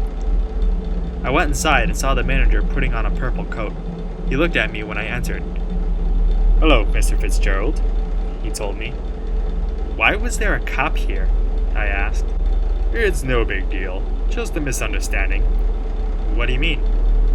"Oh, apparently Freddy over there," he explained as he pointed to Toy Freddy, "scanned my face and thought I was a predator, which I am not. He then sent a distress call to the police, and that officer showed up." "I wonder why that would happen." "Oh, must be a glitch in the system. We've had a lot of those lately." "I've noticed." "Well, at any rate, I have to get going. Have a nice night, Mr. Fitzgerald." "You too." He then left the building, and I slowly looked at the animatronics on the stage. I then thought about what Courtney told me, that the manager possibly had a criminal record. He claimed it was just a rumor, but sometimes they can be true. Anyway, I went to the security office and got myself ready for my fourth night at Freddy Fazbear's Pizza. So far, 9 animatronics have been a big threat, with the prize puppet being a minor one, as long as I kept the music box wound up. The clock rang 12 and I prepared myself for anything that could happen tonight, whatever that may be. The phone on my desk rang and I instantly picked it up. "Hello?" Hello? Hey there, night 4. Told you you'd get the hang of it." I guess he was right about that. I felt confident about my ability to handle the job. Okay, so just to update you, there's been some kind of an investigation going on, He continued. We may end up having to close for a few days. I don't know. What? Was this about the manager and the officer that was just here? I want to emphasize, though, that it's really just a precaution. Fazbear Entertainment denies any wrongdoing. These things happen sometimes. It'll all get sorted out in a few days. Just keep an eye on things and I'll keep you posted. Alright, I guess I can do that. Just as a side note, though, try to avoid eye contact with any of the animatronics tonight if you can. Can I ask why? We think someone may have tampered with their facial recognition systems. We're not too sure. I thought about the manager and how Freddy mistook him for a predator. Could that be a connection to this? But the characters have been acting very unusual, almost aggressive towards the staff. How so? Well, they interact with the kids just fine, but when they encounter an adult, they just stare. My heart started pumping faster. Why would someone tamper with the facial recognition systems? And why would they act strange around the employees? Anyway, hang tight. and it'll all pass. Good night. Alright, good night. I then hung up and thought about what he just said. Would we really have to end up shutting down for a few days? And for what? Couldn't possibly be because of a misunderstanding with the manager, right? Unfortunately, I had no time to think about it. I had a job to do. I pulled up the screen and saw the toys were still on stage. Thank God for that. I then went to the prize corner and wound up the music box. After that, I checked the parts and services closet and spotted 3 dismantled robots. So far, so good. I then looked away from the screens and shone my flashlight down the hallway. I was greeted by the glowing eyes of a red fox. Well, it could be worse. Hello? And apparently it was. I went to go wind up the music box and found Mangle hanging from the ceiling with a radio static coming from it. What's up with that, anyway? I looked at the stage and saw the toys were still there. I then went to the storage closet. I groaned when I saw old Bonnie missing from the room. A quick search revealed him to be standing in the main hall. I looked away, flashed my light down the hall, and saw Foxy was still there. I flickered the lights and went back to the screen. Hi. I didn't hear any movement in the vent, so I think I'm good. For now. I wound up the music box and noticed Mangle was gone. On the bright side, it was the farthest from the office, so I shouldn't have to worry about it for a while. I looked down the hall and discovered Foxy was gone, only to be replaced by old Bonnie. His faceless robotic body stared at me at the back of the hallway. It was very disturbing. Hello? I heard movement in my left vent. I checked the left air vent video feed and, sure enough, saw BB staring at the camera with those creepy blue eyes. I flashed the light at him a bit to hopefully get him to stay there for a little while. I then looked back down the hall and saw it was empty. Well, I suppose that's good. I checked the parts and services room and felt my heart speed up when I saw only a brown bear in the room. I flipped through the rooms and eventually found old Chica in party room 2. Old Bonnie, however, was in party room 4, crouching in front of the vent opening. Hi. I looked away from the screen and turned the light above the left vent. I wasn't surprised when I saw BB's face in the vent. I put the mask on and waited. A few seconds later, I heard the movement in the vent go away from me. I took off the mask, checked the vent, saw it was empty, and checked the screen. The music box got wound up and I checked the stage. All 3 were still there. I found it suspicious, but I didn't think too hard about it. I looked away to look at the hallway, but instead, I was greeted by a broken-jawed chicken duck bird thing in my office. I put the mask on quickly and tried to calm myself. I didn't even hear old Chica in the vents. I really needed to pay attention more. After the lights flickered and turned back on again, I took the mask off when it was revealed she was gone. The next few hours seemed to pass by fast, and not much really happened. Sure, there was an instance of old Bonnie getting the office too, but nothing quick reflexes couldn't handle. I looked at the clock and saw it was 4:03 a.m. It was almost over. I just had to hold on for a little while longer. I could make it. I then turned my flashlight on the hallway and was shocked to see a yellow feminine chicken holding a pink cupcake. The toys were moving now? I checked the stage and sure enough saw it completely empty. I really needed to focus now. Soon, more time passed, and I was impressed with how easy it was. Toy Bonnie was in the vent once, as well as Toy Chica, but I managed to stop them from getting in. Even if they did get in, though, I wondered if it would work like the old characters, in the way they wouldn't kill me right away. I wasn't risking it. Hi. Just what I needed to hear right now. I turned on the left air vent light and saw BB in the vent, of course. The only annoying thing about him was his creepy voice and look. He hasn't gotten to my office yet. Hopefully, it'll stay that way. Finally, the clock chimed and I realized I was holding my breath. I exhaled and wiped my face. I had been sweating too? Man, this job was getting to me. I was still wondering what was going on at this place. I'll have to spend some time before my next shift to investigate. Dark Secrets. When I woke up that afternoon, I decided I need to figure out where to look for information, which wasn't hard to do. There was a place that has to have information on Freddy Fazbear's Pizza and any incident that occurred there. After eating brunch, I asked my mom if I could borrow her car. I was shocked when she said no, that her car was only for getting to work. I groaned as I debated my options. My car would never make it downtown, so there was only one sure way to make it. I went into the garage and dug up my old bicycle. It was old and falling apart, but it was all I had. At least my bike wouldn't stop working in the middle of the street. After about 10 minutes of hard pedaling, I reached my destination. I parked my bike in a rack and walked towards the front door of the police station. The small lobby in front was empty, save for a uniformed officer reading a magazine behind the front desk. I went up to the desk. The officer didn't even seem to notice me. "Excuse me," I told the cop. He looked up from his magazine and into my eyes. "Yes?" he simply asked. "Hi, I work at Freddy Fazbear's Pizza, the pizza place outside of town." "Oh?" he asked with a raise of an eyebrow. "What complaint about that place do we have this time?" "That's just it," I explained. "I'm curious as to what exactly people have said about the restaurant." "Well, there's been dozens of complaints over the business's history," he explained. "I swear that place is cursed."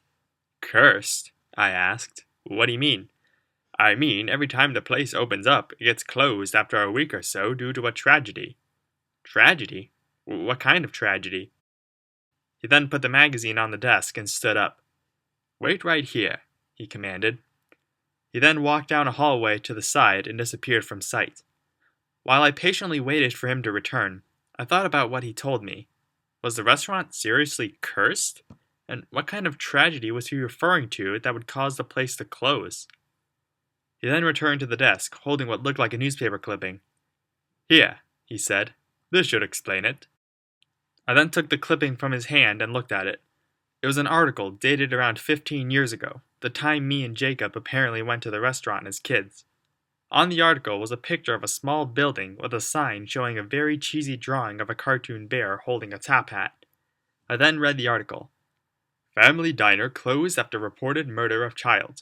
The lovely singing that could be heard from the family restaurant on the corner of Clark Boulevard and Main Street has been silenced. Police reports claim a young boy, estimated age 6, was murdered outside the building after being denied entry to the establishment." Says the manager who denied the boy his entry. "Our policy states that children must be accompanied by an adult to gain entry. I sent him outside for a few moments while I phoned the authorities about the child's missing guardians. When I went back to check on him, I saw the boy lying face down in a pool of blood as an individual in a purple coat entered a black van and immediately drove off. I ran back inside and yelled for someone to call the police again, but about the child and the man in purple. I ran back outside, but it was no use. He was already dead. The police currently have no lead on the suspect other than the purple coat and the black van. It is suspected the child was a victim of opportunity. The restaurant's reputation quickly decreased afterwards, and its policies were questioned heavily by angry parents. A few days later, the manager announced the restaurant would close to avoid lawsuits. "It saddens me that this happened at a place where kids should be safe," the manager explained. "I have been informed, though, that the building will be bought by a new company that hopes to change the restaurant soon to make everything perfect for children once again. This new company plans to open the new restaurant next year, with new policies and new additions to give the children a better and safer time of play." I stared at the article in total shock. Was this really what happened that caused the place to close? "It's a shame, really," the cop told me as he took the article back. "We never did catch the bastard that did it. For all we know, he could be killing kids as we speak." "That's awful." "It gets worse. When the new restaurant opened a year later, it happened again, but worse." "What worse? How?" "Hang on." He then went back down the hallway. While he was gone, I deeply thought about that article. A murdered child, a man in a purple coat, a new company. What does this all mean for me? The officer came back with a different article in his hand and gave it to me. I took it and read it silently. "Numerous children missing in a local family restaurant. History repeating itself?" The recently opened family restaurant on Martinez Avenue is in serious trouble. Over the course of its opening week, 5 children, all aged between 6 and 10, have been reported missing. The only connection between the children is the fact they were last seen at the restaurant just before closing hours. "It's a shame, really," the manager told police. "All of our employees are 100% trustworthy. We run deep and accurate background checks on all of them, with all showing no signs of being predators or anything of the sort. This is not the first time there have been problems with a family-friendly environment in the recent years. Just 1 year ago, a child was murdered outside of a local children's restaurant, which caused the company to close its doors. It was quickly bought by a new company, and the place was given a new name. Now, tragedy has struck again. While the children have yet to be found, parents are questioning the safety of their children in this environment. The company has gotten many lawsuits due to the disappearances, which in itself decreased the reputation and business of the pizzeria. We may end up having to close as well, said the manager. We hope to eventually reopen in the future, but most likely around a decade from now, when this whole thing blows over. Hopefully the children can be found within that time. My deepest condolences go out to the parents. If you have any information on the disappearances or whereabouts of the 5 young children, please call the local police station. Any and all information is helpful. Holy, I said quietly.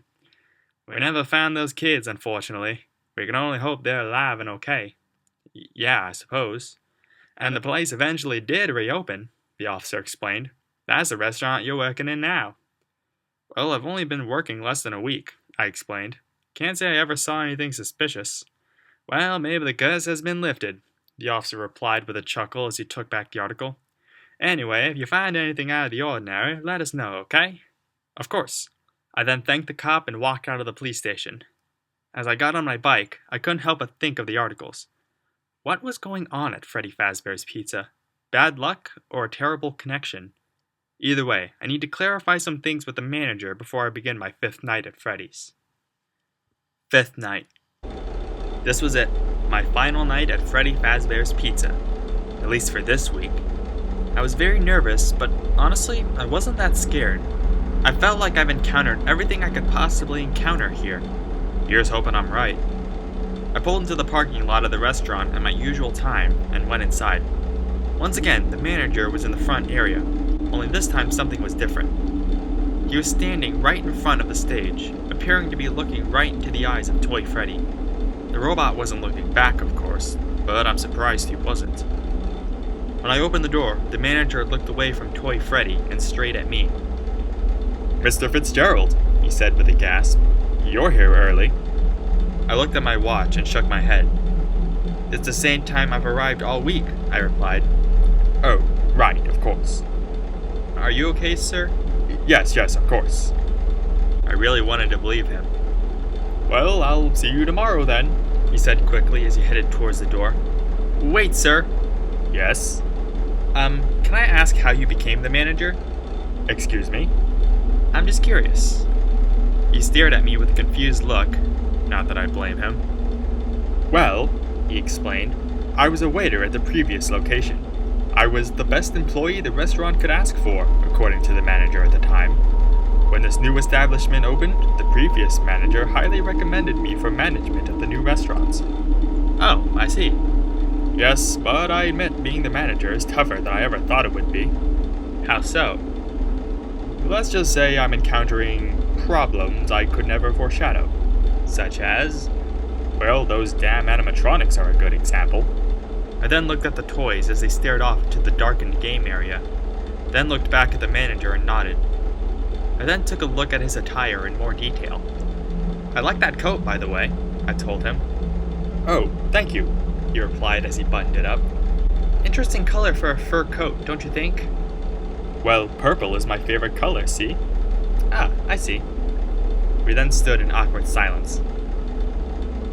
Well, I guess I better get to work, I finally told him. You do that, he replied. Good night. Good night, Mr. Fitzgerald. He then walked out of the restaurant and into the night. I then quickly went to my office and sat down in the chair. I was going to be fine. One more day, and I'm done for the week. I began thinking about the manager and his claim on how he got such a position. I don't doubt he was an employee at the old location. My doubt was that he was handed the job for being a good employee. Not to mention that purple coat. The clock above me rang. It was midnight. I only had 6 more hours to go. I got this in the bag. Right on cue, the phone rang. I grabbed it and picked it up. Hello? Hello? Hey, good job, night 5. the friendly voice I'd gotten used to by now answered. Hey, keep a close eye on things tonight, okay? Of course, I replied. It's my job. Right, but from what I understand, the building is on lockdown. No one is allowed in or out, especially concerning any previous employees. But I just got in with no problem, and the manager just left when I arrived. I then paused. What did he mean about previous employees? Well, I'm not for certain what exactly is going on, but when we get it all sorted out, we may move you to the day shift. I deeply sighed with relief. That was amazing news to hear. I then paused again when I realized something. Why would I be in the day shift? I asked. Because a position just became available. I really didn't like the way he said that. What happened to the old day guard? We don't have a replacement for your shift yet, but we're working on it. I suppose it would be hard to get a new night guard at a place that's presumably on lockdown. We're gonna try and contact the original restaurant owner, He continued. I think the name of the place was Fredbear's Family Diner or something like that. It's been closed for years though. I doubt we'll be able to track anybody down. Fredbear's Family Diner. Was that the original restaurant before Freddy Fazbear's Pizza? The one where that child was murdered? Why would they be trying to contact the people there? Well, just get through one more night. Hang in there. Good night. Okay, good night. He then hung up and I slowly put the receiver back. I had so many questions that needed answered. Unfortunately, the answers would have to wait. I need to focus on surviving one more night. First thing I did was start winding up the music box. Felt like it was unwinding faster than usual, which is not a good thing. I didn't even bother checking any of the other cameras. It seemed kind of pointless. All I really needed to do was check my vents and the hallway. Hello? Well, that certainly didn't take long. I then flashed my light in the hallway and found a familiar red fox standing at the end. I then quickly rewound the music box before putting my screen back down. I put the Freddy head on, just in case. I looked away from the screen and saw the room was empty. Well, that's a relief. I took the mask back off and checked the hallway again. Foxy was still there. I then heard metal thumping from my right vent. Hi. I ignored BB for now and prepared myself for whatever was coming out of the right, presumably old Chica. I wound the music box back up, slid on the mask, and looked up. Empty. I had a feeling I wasn't always going to be that lucky. I flickered my light down the hall again, only to discover Foxy was there as well as old Bonnie. These guys certainly weren't making this easy. I wound the box up yet again, put on the Freddy head, and looked away. This time, I was greeted by the tummy of a broken yellow chicken duck thing as the lights flickered a bit before going completely off. When they came back on, old Chica had disappeared. I quickly took the mask back off and flickered down the hallway. I sighed with relief when I saw nobody was in it. Hi.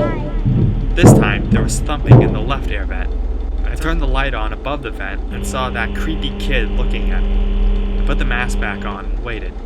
After I heard more thumping, I took it off and turned the light on again. BB was gone. I looked down the hallway again, and it was still empty. Good. I kept winding the music box. While I did, I saw Mangle hanging from the ceiling in the prize corner. It was still a while away though, so that's good. I put the mask back on and looked away from the screen. This time, I saw a tattered old purple stomach as the lights flickered. When they came back on, old Bonnie was nowhere to be found. I took the mask off again and flashed down the hall. Foxy was there, but I think I was safe for now. For the longest time, it was all pretty repetitive. Check the hall, check the vents, wind the box, put the mask on, wait, repeat. After it got a bit boring after a while. After what seemed like forever, I checked the clock. 3:34? Man, this night was taking forever. I then looked down the hall and saw someone I didn't expect to see. Toy Freddy. The toys were on the move now. Hello? Damn, I hate that kid. I then heard thumping to my right yet again. I turned on the left vent and saw a blue bunny with green eyes staring at me. Put the mask on and waited. The lights flickered as Toy Bonnie moved across this room. Finally, they turned it back on and I took the mask off. Hello? Thumping in the left vent. I turned the vent light on and saw it was empty. This was my chance to quickly wind the music box. So I hurried and did just that. When I looked back at the room, I gave a small gasp. It disappeared almost instantly, but I saw what looked like an animatronic sitting in the left corner. It looked like old Freddy, but yellow and dirty. It looked like it was slouched over, as if missing an endoskeleton. By the time I even asked myself what it was gone. Was I just seeing things? I hope so. Hi. I kept the mask on as I heard BB approach. A few seconds later, I heard him crawl away.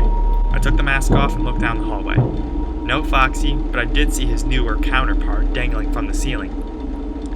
I wound the box back up and continued up my pattern. After the longest time, I looked at the clock. 5:56. I got this. I know I do. I then wound up the music box again. As I did, I heard loud static coming from my right. I kept winding the box, hoping to get it as full as possible. When I felt like I was doing good, I put on the mask and looked up. I paused. Why did the static get louder? I took the mask off and gasped with fear. Mangle was right above me on the ceiling. Oh shit, the day guard never warned me about this. What do I do? I just stayed on the ceiling, mouth wide open and staring at my eyes. I looked at the clock.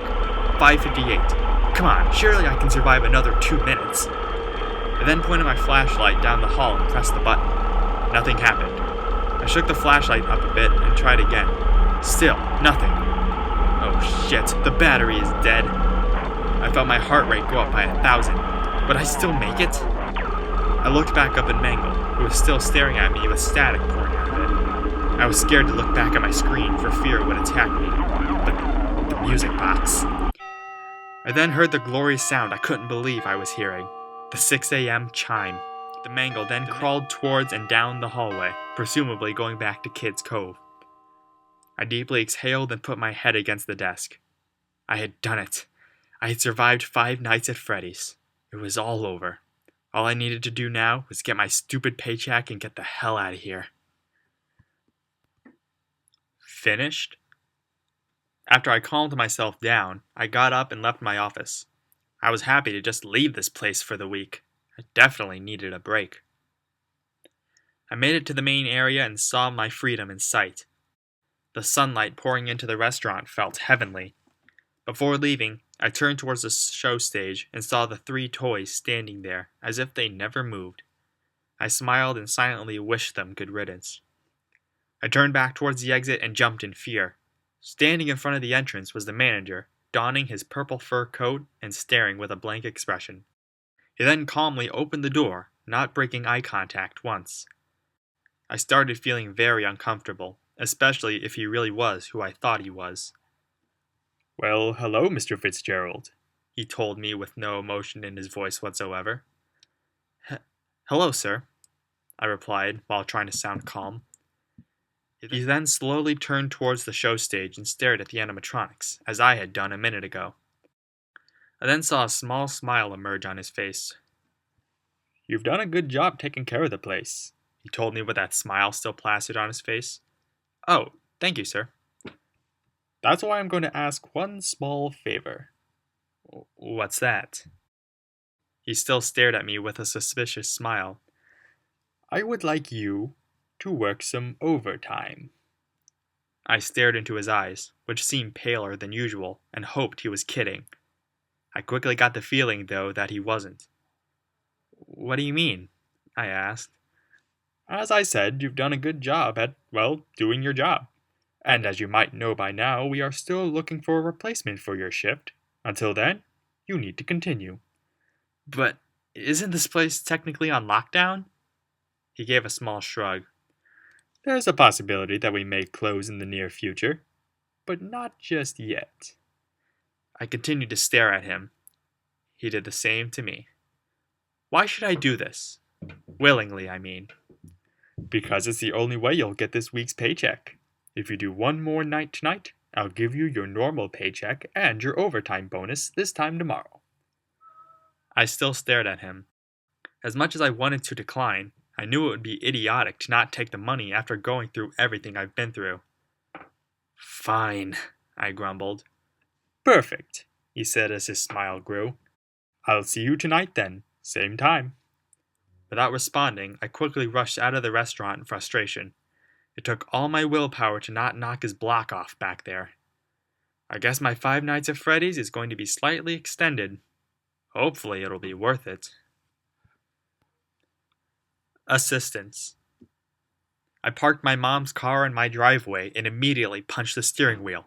That son of a bitch was seriously making me stay here another night. I think I know why, too. And I can assure you it's not because I'm good at my job. It's because he knows I know who he is. When I walked into my house, I was quickly greeted by a disturbing sight. Jacob and Courtney French kissing on the couch. As soon as they heard the door, they stopped and looked at me with embarrassed faces. Oh, hey, Jeremy. Jacob told me as he sat up straight. Didn't think you'd be home this early. This is when I usually get home, I replied. Did nobody pay attention to my schedule all week? Well, I better go. Courtney said as she stood up and brushed her hair out of her face. Enjoy your weekend off, Jeremy. I don't have one, I murmured. Huh? I then explained to both of them about my surprise overtime and how the manager was acting when he assigned it to me. What? Courtney asked. But the manager seems like a great guy. There's no way he'd act like that. Well, if he is who I think he is, I don't think he's a nice guy at all. What the hell do you mean by that? Jacob asked. Well, I did a bit of research about the place, I explained. Apparently, about 16 years ago, a child was murdered outside a family diner, which quickly shut down afterwards. The one responsible was a man in a purple coat. That's awful, Courtney gasped. But what does that have to do with the manager? For the last few nights, I've seen him wear a large purple coat, Jeremy, that's got to be a coincidence. Jacob argued. That murder happened 16 years ago, you said? If he was the murderer, why would he keep the coat all these years? I don't know, I admitted, but he told me himself that he worked in the location after that, which was the first Freddy Fazbear's Pizza. So? Do you know why that place closed? Because 5 children went missing. Come on, you really think he's responsible for that? Courtney asked. I'm just saying it's all too strange to be a coincidence, I concluded. And what, you think he gets that you're on to him, so he's punishing you with overtime? It makes sense, I guess. Courtney said with a shrug. But he doesn't look like that bad of a guy, though.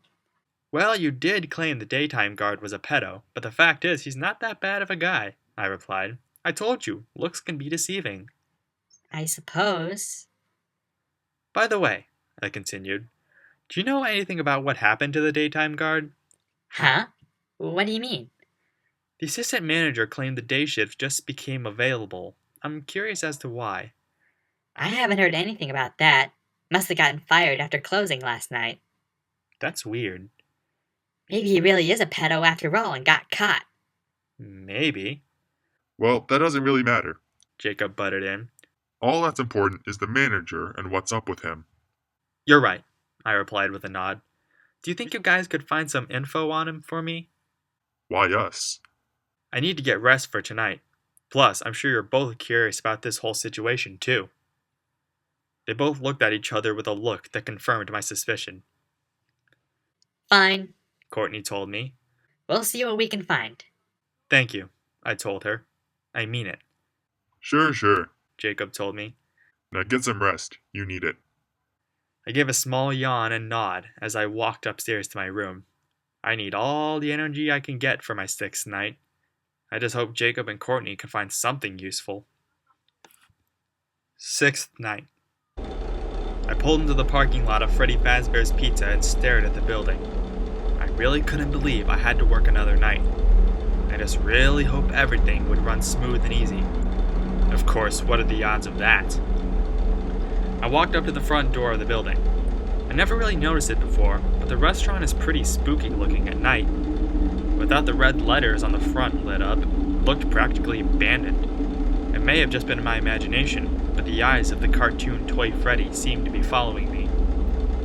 I finally walked up to the front glass doors and immediately stopped. The light in the main area was off. I couldn't see a single sign of anyone inside the building. I checked my watch. It was 11:55 p.m., just as it's been all week. Where was the manager? I pushed on the door, and it actually opened. Surely that's a sign someone was inside, if that's what I really wanted right now. I slowly crept through the main area in total darkness. I could see a small lit area in the hallway that I presume was coming from the security office. I kept my eyes on that as I kept going through the building. I tried my best to avoid eye contact with the toys on the stage, but I couldn't help but feel that if I turned around, they'd be staring at me. I hurried up as I continued down the hallway and into the safety of my office. Ha! I never thought I'd feel the most safe in this room. I sat down, closed my eyes, and relaxed. The manager promised one more night and then I'd get my paycheck, as well as my overtime bonus. Pray to God he was telling the truth. Suddenly I heard my phone ring. I opened my eyes and gave a small scream when I did. My shift hasn't started yet. Why am I getting a call? I picked up the phone and held it to my ear. Hello? No response. Hello? I could hear some breathing on the other end. I heard a familiar voice say. What on earth are you doing there? I'm working overtime, I told the phone guy. The manager pretty much forced me to. Speaking of which, do you know where he... Didn't you get the memo? He interrupted. The place is closed down, at least for a while. What? I gasped. You mean it's like officially closed now? Why? Someone used one of the suits. He explained in a nervous tone. We had a spare in the back, a yellow one. Someone used it. Now none of them are acting right. I'm sorry, I replied, but what do you mean someone used a spare suit? Listen, just finish your shift. It's safer than trying to leave in the middle of the night. I looked at the clock above me. It was 11:58. Maybe if I was fast enough. Hey, you have one more event scheduled for tomorrow, a birthday. You'll be on day shift. Wear your uniform, stay close to the animatronics, just make sure they don't hurt anyone, okay? Alright. On the bright side, at least my last shift would be in the day. For now, just make it through the night, he concluded. Gladly, I told him. I didn't care if that sounded rude or not. The only thing I care about is following that last order. Say, I asked, even though the place is pretty much closed, do I still have to watch the place at night? Of course not, he replied. But when the place eventually opens again, I'll probably take the night shift myself. I don't know which is worse, the fact he'd willingly put himself in this position, or the fact he believes this place will reopen. That's awfully brave of you, I told him. Well, you gotta do what you gotta do, he replied.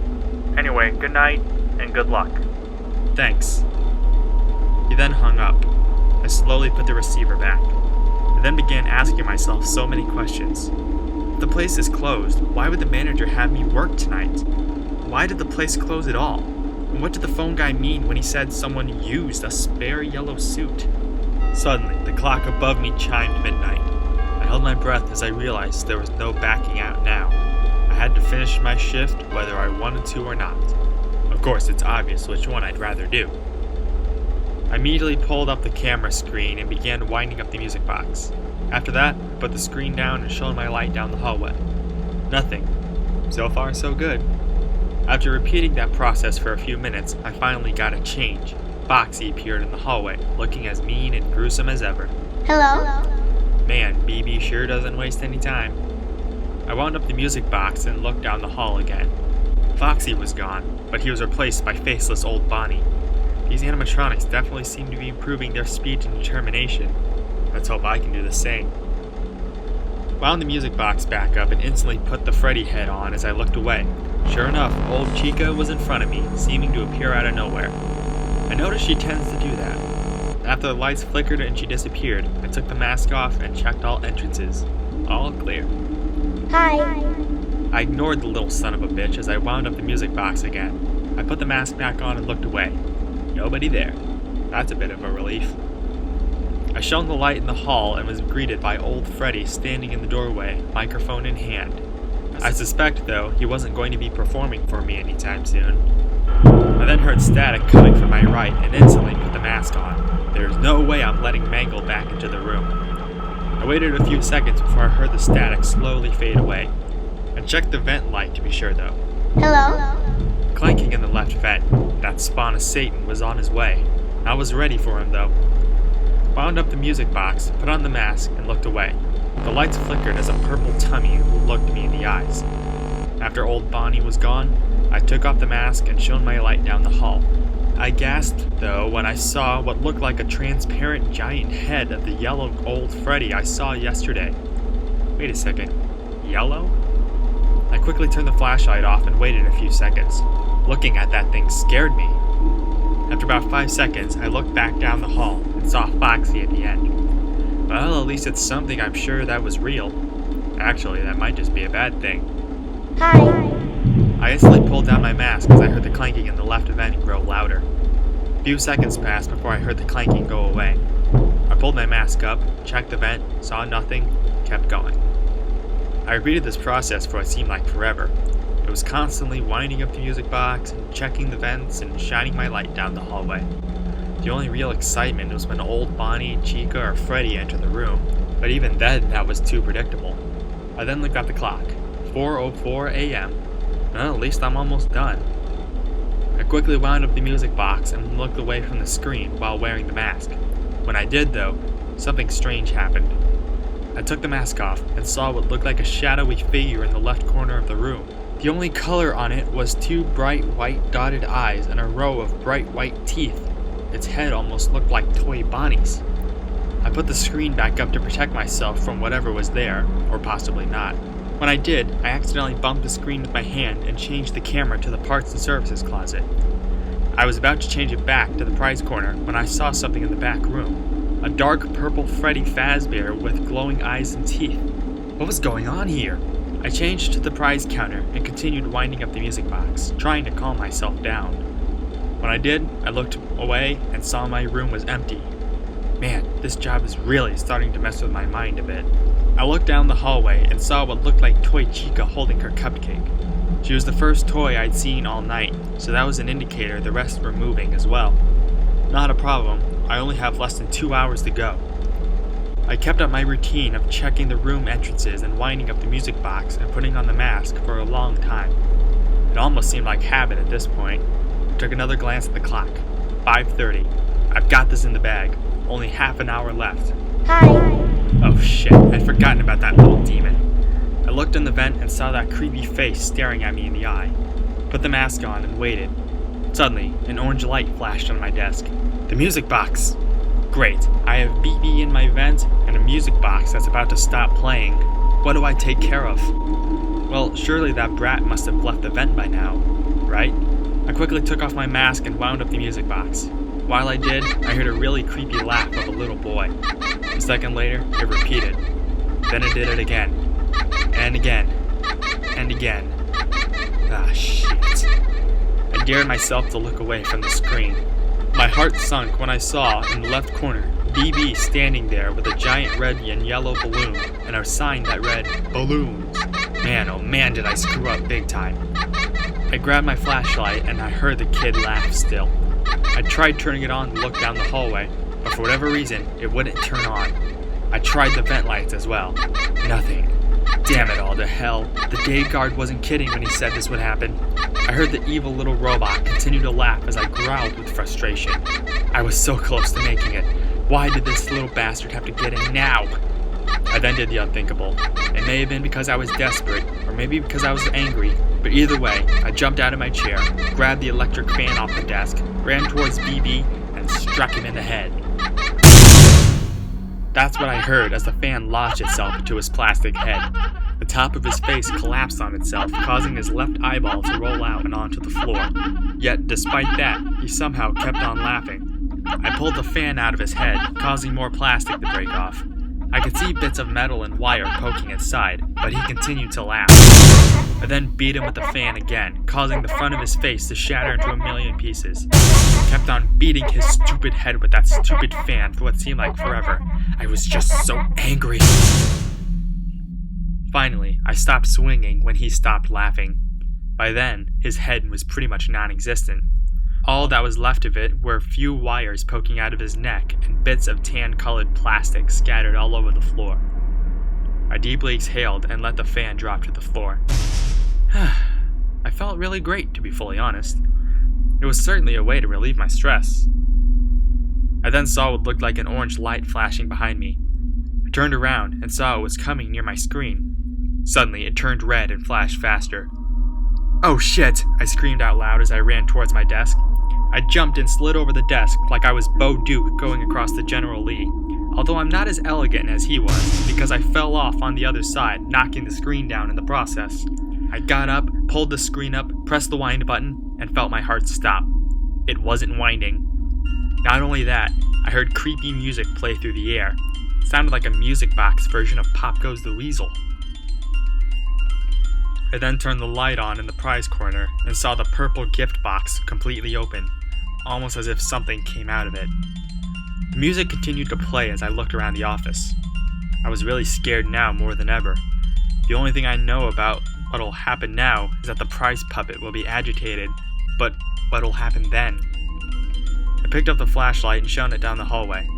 It was completely empty. That music continued to play. It was almost as annoying as BB's laugh.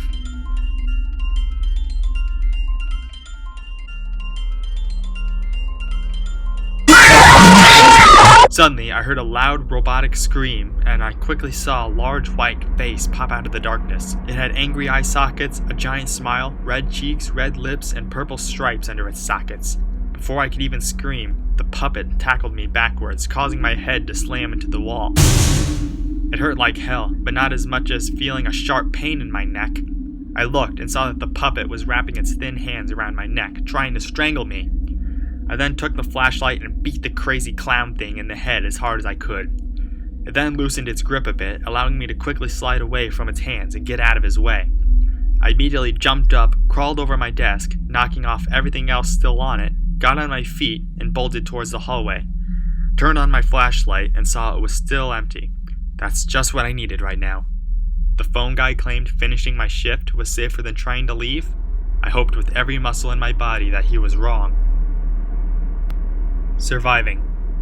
I ran down the hallway with all my energy, shining my light in front of me on the way. I managed to slow myself down a tad to turn right and into the main area. I could see the front doors perfectly. This was it. This was my chance to get out of here for good. I dashed through the room, avoiding the many tables on the way. I turned and saw the show stage was completely empty. No surprise there at all. I then kept running as I saw the doors get closer and closer. Finally, I was right in front of them. There was no time to lose. I grabbed the handle and pulled. I got very confused. It didn't open. I pulled again. Nothing. I then tried pushing it just in case. It still didn't open. What the hell was going on? Why were the doors locked? They were unlocked when I got in here. I then looked down at my watch. 5:49. I just needed to survive 11 more minutes and then I'll be done. I turned around and shone my flashlight in the main area. Nothing in sight. That was good. For now. I then shone it towards the game area. That, on the other hand, contained Mankle hanging from the wall and Toy Freddy near the carousel. Neither were looking at me, so that was good. I then tiptoed back towards the hallway. I looked down the hall towards the office. In the hallway was the silhouette of Foxy. In the office itself was old Chica in front of the desk, seeming to look around the room. Well, going back to the office was out of the question. Where's a different place the animatronics wouldn't think to get me? I then looked to my right and got my answer. The bathrooms! The animatronics are too tall to get through these doors. There's no way they'll get in and get me. I then turned towards the bathroom doors and slowly walked to the men's room. It was completely dark, but it was nothing a flashlight couldn't fix. I found a stall and quickly walked into it and locked the door. I then sat on the toilet lid and sat completely still. I looked at my watch again. 5:52. This was going to be a long 8 minutes. Hopefully it'll be safe though. I sat for what seemed like forever. I decided to quietly sing Bohemian Rhapsody to myself. It was a longer song, but it certainly cheered me up a bit. The music itself, though, not the lyrics. Is this the real life? Is this just fantasy? Caught in a landslide, no escape from reality. I rocked a bit on the toilet as I continued to sing as quietly as possible. It was certainly distracting me from the potential death I could soon receive. Mama, just killed a man, put a gun against his head, pull my trigger, now he's dead.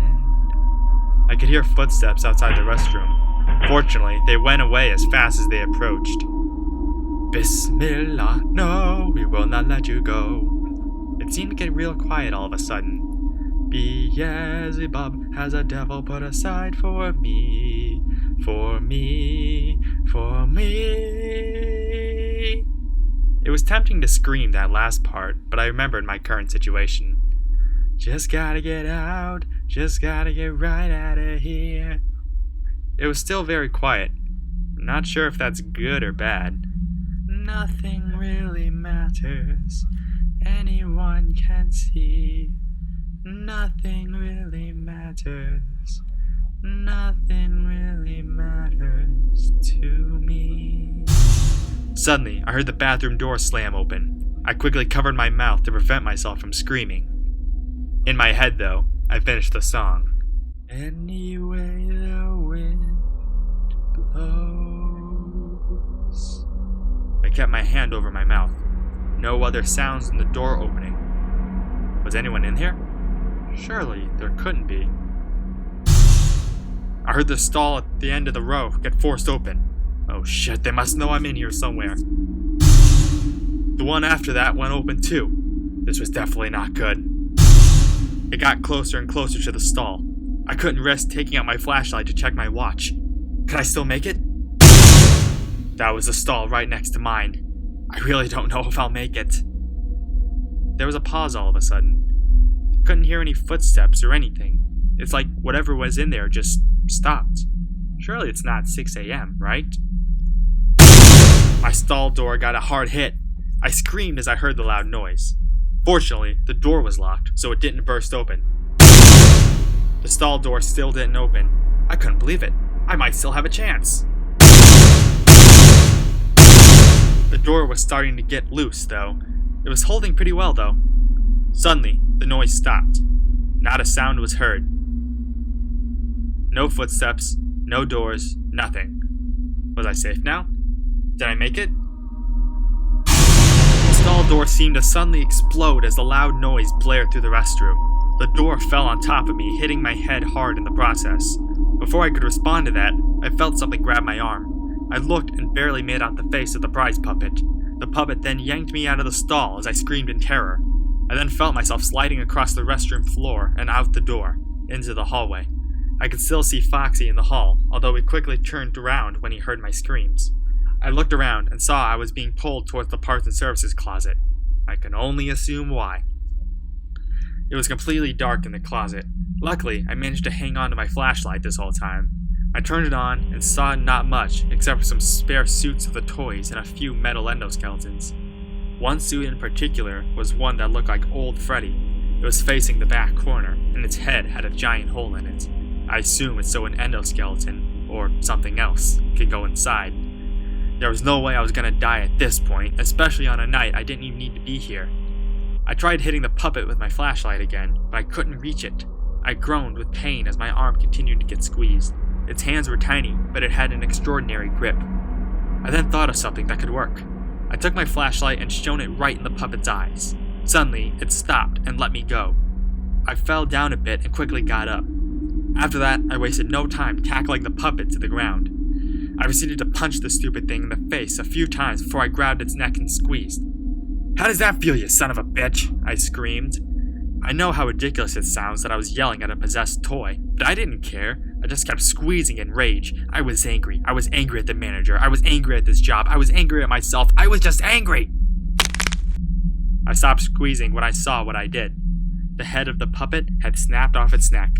I squeezed it completely off. I slowly stood up and stared at the puppet. Man, this is twice I broke something out of my anger. Of course, it was self-defense. I found myself collapsing of exhaustion. I started breathing heavily. I looked at my watch. 5:58.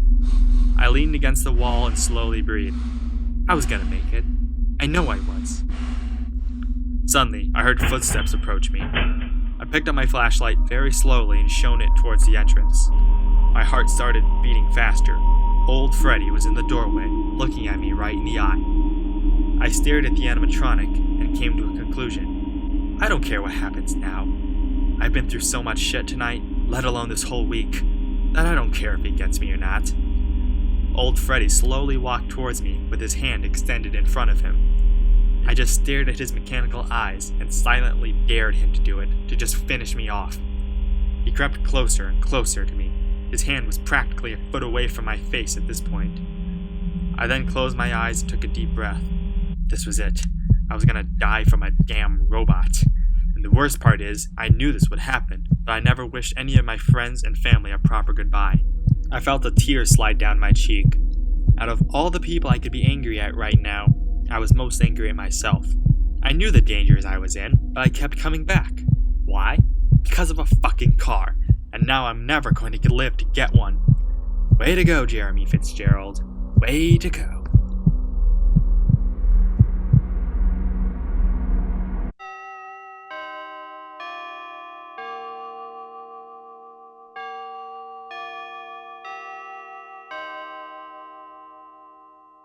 I opened my eyes. Old Freddy's hand was right in front of my face. If he were any closer, he would be touching me. Old Freddy then backed away from me and turned around. A few seconds later, Old Bonnie and Old Chica entered the room as well. As for me, I just continued to sit against the wall. I just wanted to stay here a bit longer to get enough strength to leave this place for good. Payday. Mr. Fitzgerald? I opened my eyes suddenly. How long was I out? I slowly stood up and looked around. I was still in the parts and services closet. It's pretty dark. Mr. Fitzgerald, where are you? I'm coming! I walked out as fast as I could, which wasn't really that fast. I opened the door and light shone right in my eyes. I don't remember it ever being that bright in this restaurant. I then walked down the hallway and into the main area, where I saw a familiar face in a familiar attire. Well, well, well, the manager told me. You actually managed to survive. You sound surprised. He replied with a small smile.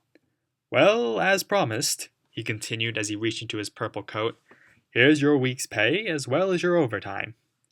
He then pulled out 2 white rectangles and then proceeded to hand them to me. I took a look at them to make sure everything checked out.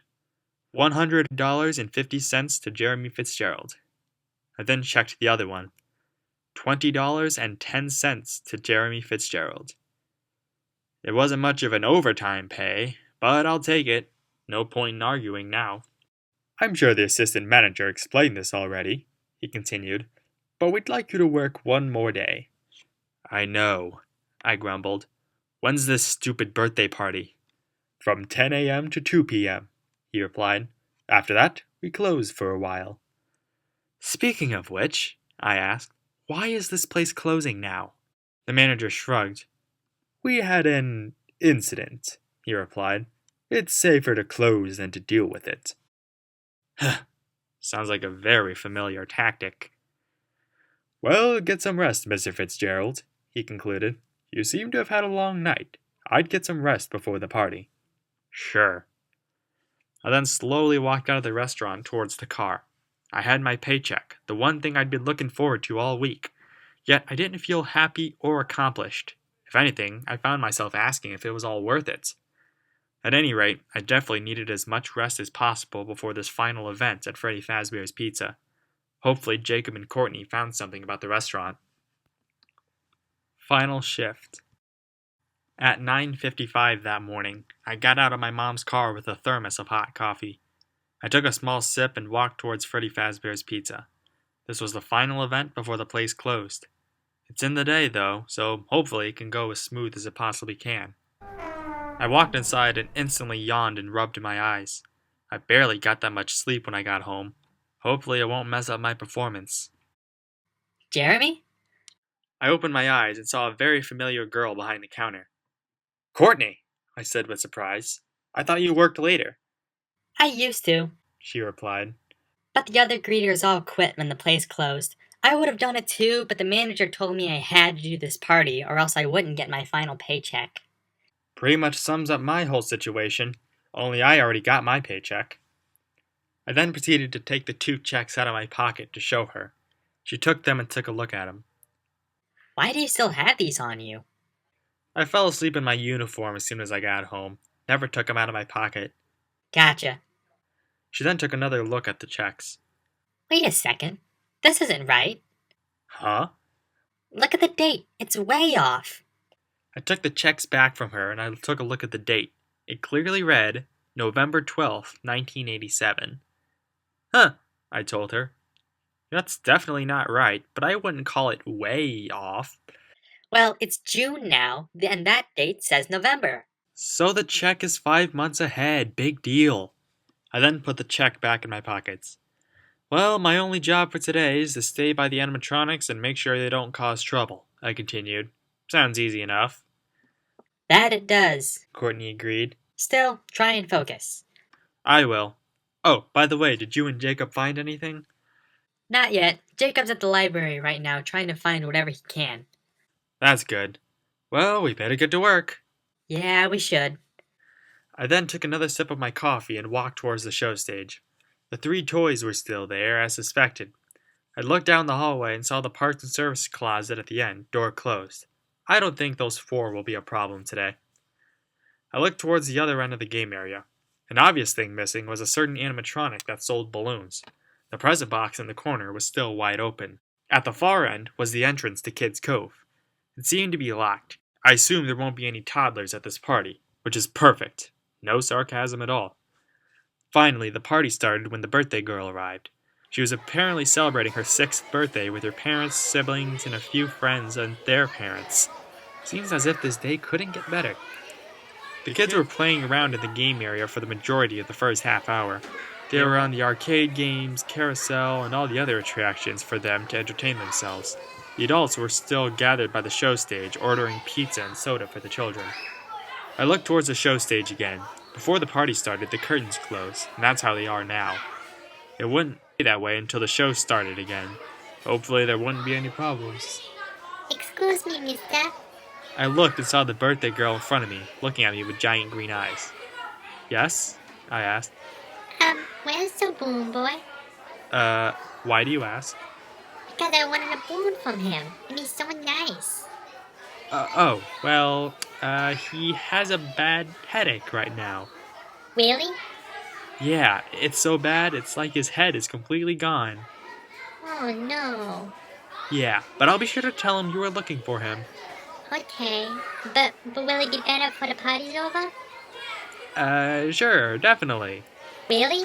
Yay, thanks, mister. No problem, kid. Now go have some fun. Okay. She then ran off back towards the game area. I then took a deep breath. Did I seriously just lie to a little girl? Well, I suppose it's not my fault he got destroyed by... Oh, wait. It is my fault. Hey, kitties. The adults instantly got quiet as the children instantly got louder.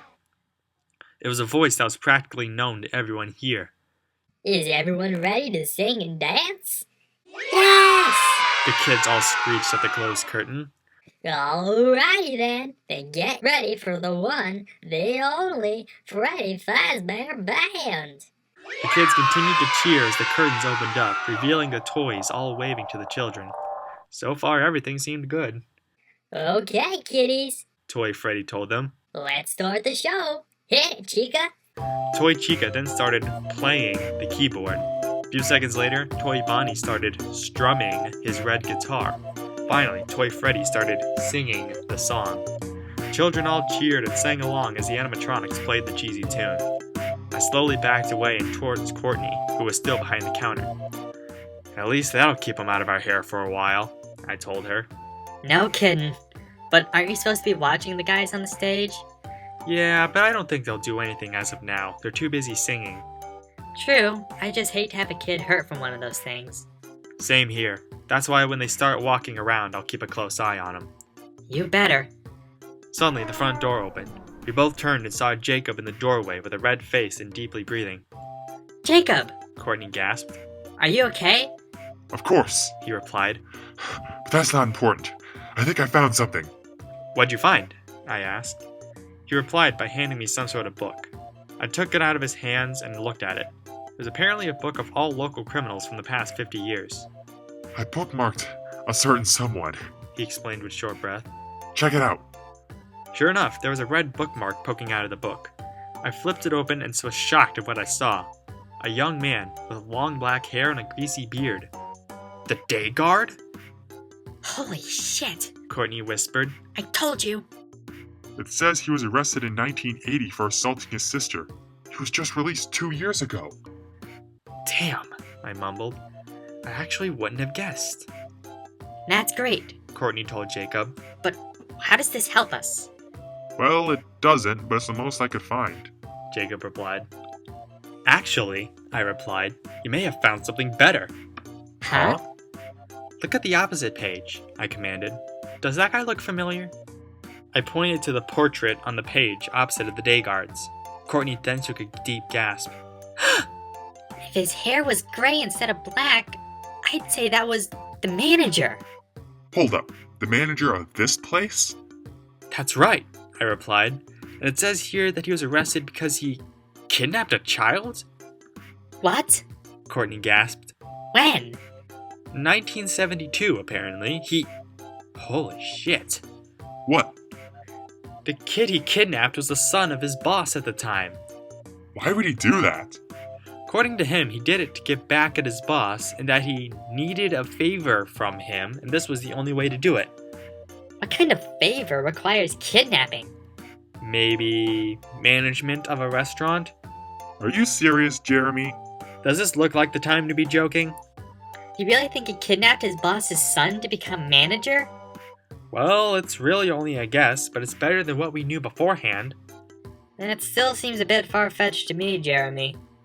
Well, it's a start. Hey, what's that over there? I looked where he was pointing. Oh, that's Kids Cove, I replied. It's where the toddlers and the younger kids go. I don't see any toddlers here. There aren't any. Then why is the door open? I looked back towards the cove and noticed he was right. The door was unlocked and wide open. I didn't do that, I said. Me neither. Courtney gasped. We should check it out, I told them both. Good idea. Courtney said with a nod. We then walked towards Kids Cove very carefully. Wait up! I turned around and saw Jacob jumping over the counter. I rolled my eyes and kept going towards the cove. The room itself was completely dark. Was anyone even inside? Is there even anything in here? Jacob asked. Is it just this stage and coloring area? No, there's an animatronic we call the Mangle. Courtney explained. Where? Well, it's supposed to be over on the stage. Oh shit, What? they asked. We need to find Mangle and stop it from hurting anyone, What's the worst they can do? Jacob asked. Hey, what's that noise? Courtney asked. What, the singing? No, it kind of sounds like static. Oh no, I said quietly. I hear it too. Jacob said quietly. Kinda sounds like it's right above us. Jeremy, look out! As soon as I heard Courtney scream at me, I instantly looked upwards. I immediately saw the face of an open-mouthed white fox falling from the ceiling and towards my face. I screamed as I saw Mangle fall. Then, out of the blue, I felt myself get pushed off to the side. I landed on my side and my head hit the floor. I'd be surprised if I didn't have a concussion after all these head hits. I then heard a loud crash and a loud feminine scream simultaneously. I looked towards where I had just been standing and gasped. I saw my brother fall over, with the mangle sticking out of him. Its mouth appeared to be lodged into his forehead. I then suddenly heard all the kids screaming. I turned towards the show stage and saw them all looking at my brother, who was not moving and had trickles of blood dripping from his head. His eyes were partially open, as well as his mouth. Jacob! Courtney screeched. She then reached down and tried yanking Mangle off of him. It was no use, though. Its teeth were lodged into him tight. Call an ambulance! I screamed at the guests. I then bent down next to my brother and looked him in the eyes. They got paler all of a sudden. I then put my fingers on the side of his neck. I felt a pulse. It was faint, but it was still there. I said call a fucking ambulance! I screamed louder. I then saw a woman run towards the payphone near the entrance. Half the kids were crying, and the other half were asking what was going on. Their parents were trying to shield them from the sight of my unconscious and bloody brother. I looked up at Courtney, who was sobbing her eyes out as she held Jacob's hand. I slowly took his other one and looked at him. That was supposed to be me. I was supposed to have been bit. But he pushed me away. I squeezed his hand harder. He sacrificed himself for me. That's something I don't think I can ever repay him for. I just pray he's going to make it. Somehow, some way, he's going to make it. Aftermath. I sat in the chair in the hospital room, staring at my brother in the bed.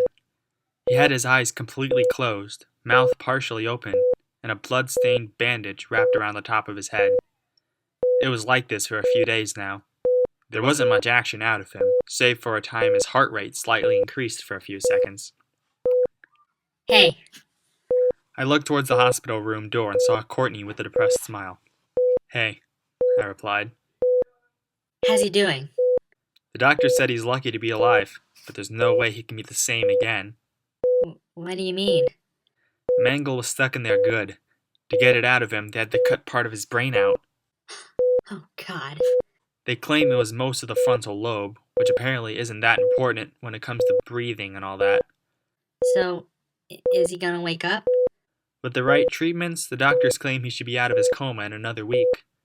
What'll happen then? Well, the frontal lobe is apparently where all things like long-term memory and emotion are kept, so it's going to be a bit of a challenge for him to continue living. Being on his own is pretty much an impossibility as of now. Oh. How are your parents taking this? They're a mixture of heartbroken and pissed. They claim they would sue Fazbear Entertainment if the restaurant wasn't technically closed. I have a feeling the manager suspected something like this would happen. I'm sure. We both sat and stared at Jacob.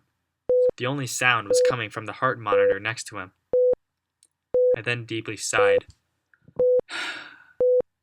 That could have been me lying there, I said aloud to nobody in particular. I could have been the one with part of his brain missing. I could have been the one. Jeremy, this is not your fault. Courtney told me. Mangle was going after me because I'm a guard, I replied. But your brother took the damage for you. That was his own choice. And look where that got him. But don't you see? You're here completely unharmed. He saved your life without a second thought. Yeah, that's true. Jeremy, he loved you enough to get himself hurt to protect you. I sighed and rubbed my eyes. I could feel them getting wet. Anyway, She continued. I wanted to show you something from today's paper. She then pulled out a rolled-up newspaper from her purse and handed it to me. I unrolled it and looked at the front page. It was the 3 toys, all waving at the reader. The headline read, "Robots Scrapped. After being open a few short weeks, Freddy Fazbear's Pizza is closing its doors. The new animatronics will be scrapped due to possible malfunctions. The original characters are being kept in hopes of a possible reorganization of the company. It's a minor setback. We're confident we will open again, even if it's with a smaller budget. CEO, Fazbear Entertainment." I then gave the paper back to her. "Possible malfunctions?" I asked. "One of them turned my brother into a vegetable." Like they're gonna put that in the newspaper. She replied. Fazbear Entertainment probably wants to save as much face as possible. Well, let's see. A child was murdered, 5 went missing, and a civilian was severely hospitalized. Do you really think they have trust from anyone left? Well, I'll definitely be surprised if it ever reopens. Same here. We both turned back to my brother, not knowing what else to say. All I know is that Freddy Fazbear's Pizza has made a giant impact on my life in many ways. Here's hoping nobody else ever gets affected negatively from this place in the future. Epilogue. It's now 2015, a whole 28 years since Jacob's incident, which has now been given the name The Bite of 87. After word of what happened to him was revealed to the public, Fazbear Entertainment was given a lot of harassment. The CEO claimed he agreed the robots were not suitable for children, and that the old models would be much safer. I actually received the biggest shock of my life when I heard the place reopened. It was in a new location across town, and it was a much smaller building. What shocked me the most was that people were still visiting the place. Of course, a good amount of time had passed since the last closing, so maybe they assumed it was all a rumor. My family and I, of course, knew better. Jacob miraculously made a recovery from his incident. As the doctors predicted, he had memory problems and other complications. It was a challenge, but we all tried our best to help him. Courtney was constantly with him and keeping him calm, and Mom and Dad were always showing him family videos and pictures. And me? Well, I still feel partially responsible for what happened to him, so I did my best to pay off all his medical expenses, starting with the $120.60 I earned for my 6 nights at Freddy Fazbear's Pizza. After learning everything I went through to get a car, my parents finally decided to buy one for me. In a way, it almost made me feel like that week was pointless, but there's nothing any of us can do about it now. I found a job at a local burger joint, which actually offered way more money than Freddy Fazbear's Pizza. But I didn't keep a single cent for me. All of it went to Jacob. Since I gave all my money to him, I kinda have a poor living arrangement. I'm not talking about a tiny apartment in the bad side of town. I'm talking about an alleyway in the busy area of town. Mom and Dad call me crazy and say that I should just live with them and Jacob, but I tell them there's no need to spend money on me. It should all go to Jacob. I chose the alley I stayed at for a reason. It was a few buildings away from the new Freddy Fazbear's Pizza. I saw many night guards go in the job, and many never come out. So I do my best to help the new guards survive. It doesn't always work, though. Even the assistant manager from the old location didn't make it more than a few weeks. I'll never forget this one guard in particular, though. He had looked around how old I was when I worked at the restaurant. He had black hair and a soul patch, as well as a serious attitude. I remember after his first shift, he gave the manager the bird when he found out about the new policy of a contract that required guards to ultimately work until they die. I actually laughed when I saw him do that. After his third night, I called him over to help him out a bit. Hey, you! You that new security guard over at their pizza place? Yes, he replied cautiously. Come here. I can help you. I'm actually kinda tired. Do you want to die tomorrow? No. Then get over here so I can help you. So, a few seconds later, he jogged over to me and I explained how to survive. I even gave a fake story about how I used to work at the restaurant and pretty much became a hobo because of it. Although maybe my advice didn't help completely. A few days later, I saw him inside a Freddy Fazbear suit. Some girl around his age was carrying him out of the building and into a car. I want to believe he made it, but I doubt it. That building is actually going to be torn down in about a week, even though it closed in '97 for sanitation purposes. Apparently the animatronics were leaking blood and mucus. I think that answers the question of the 5 children that went missing that year. This is pretty much the story of my life now. It's not the best one, but it's certainly not an awful one. Well, okay, it sounds awful, but hey, compared to working at a death trap like Freddy Fazbear's Pizza, it's paradise. The end.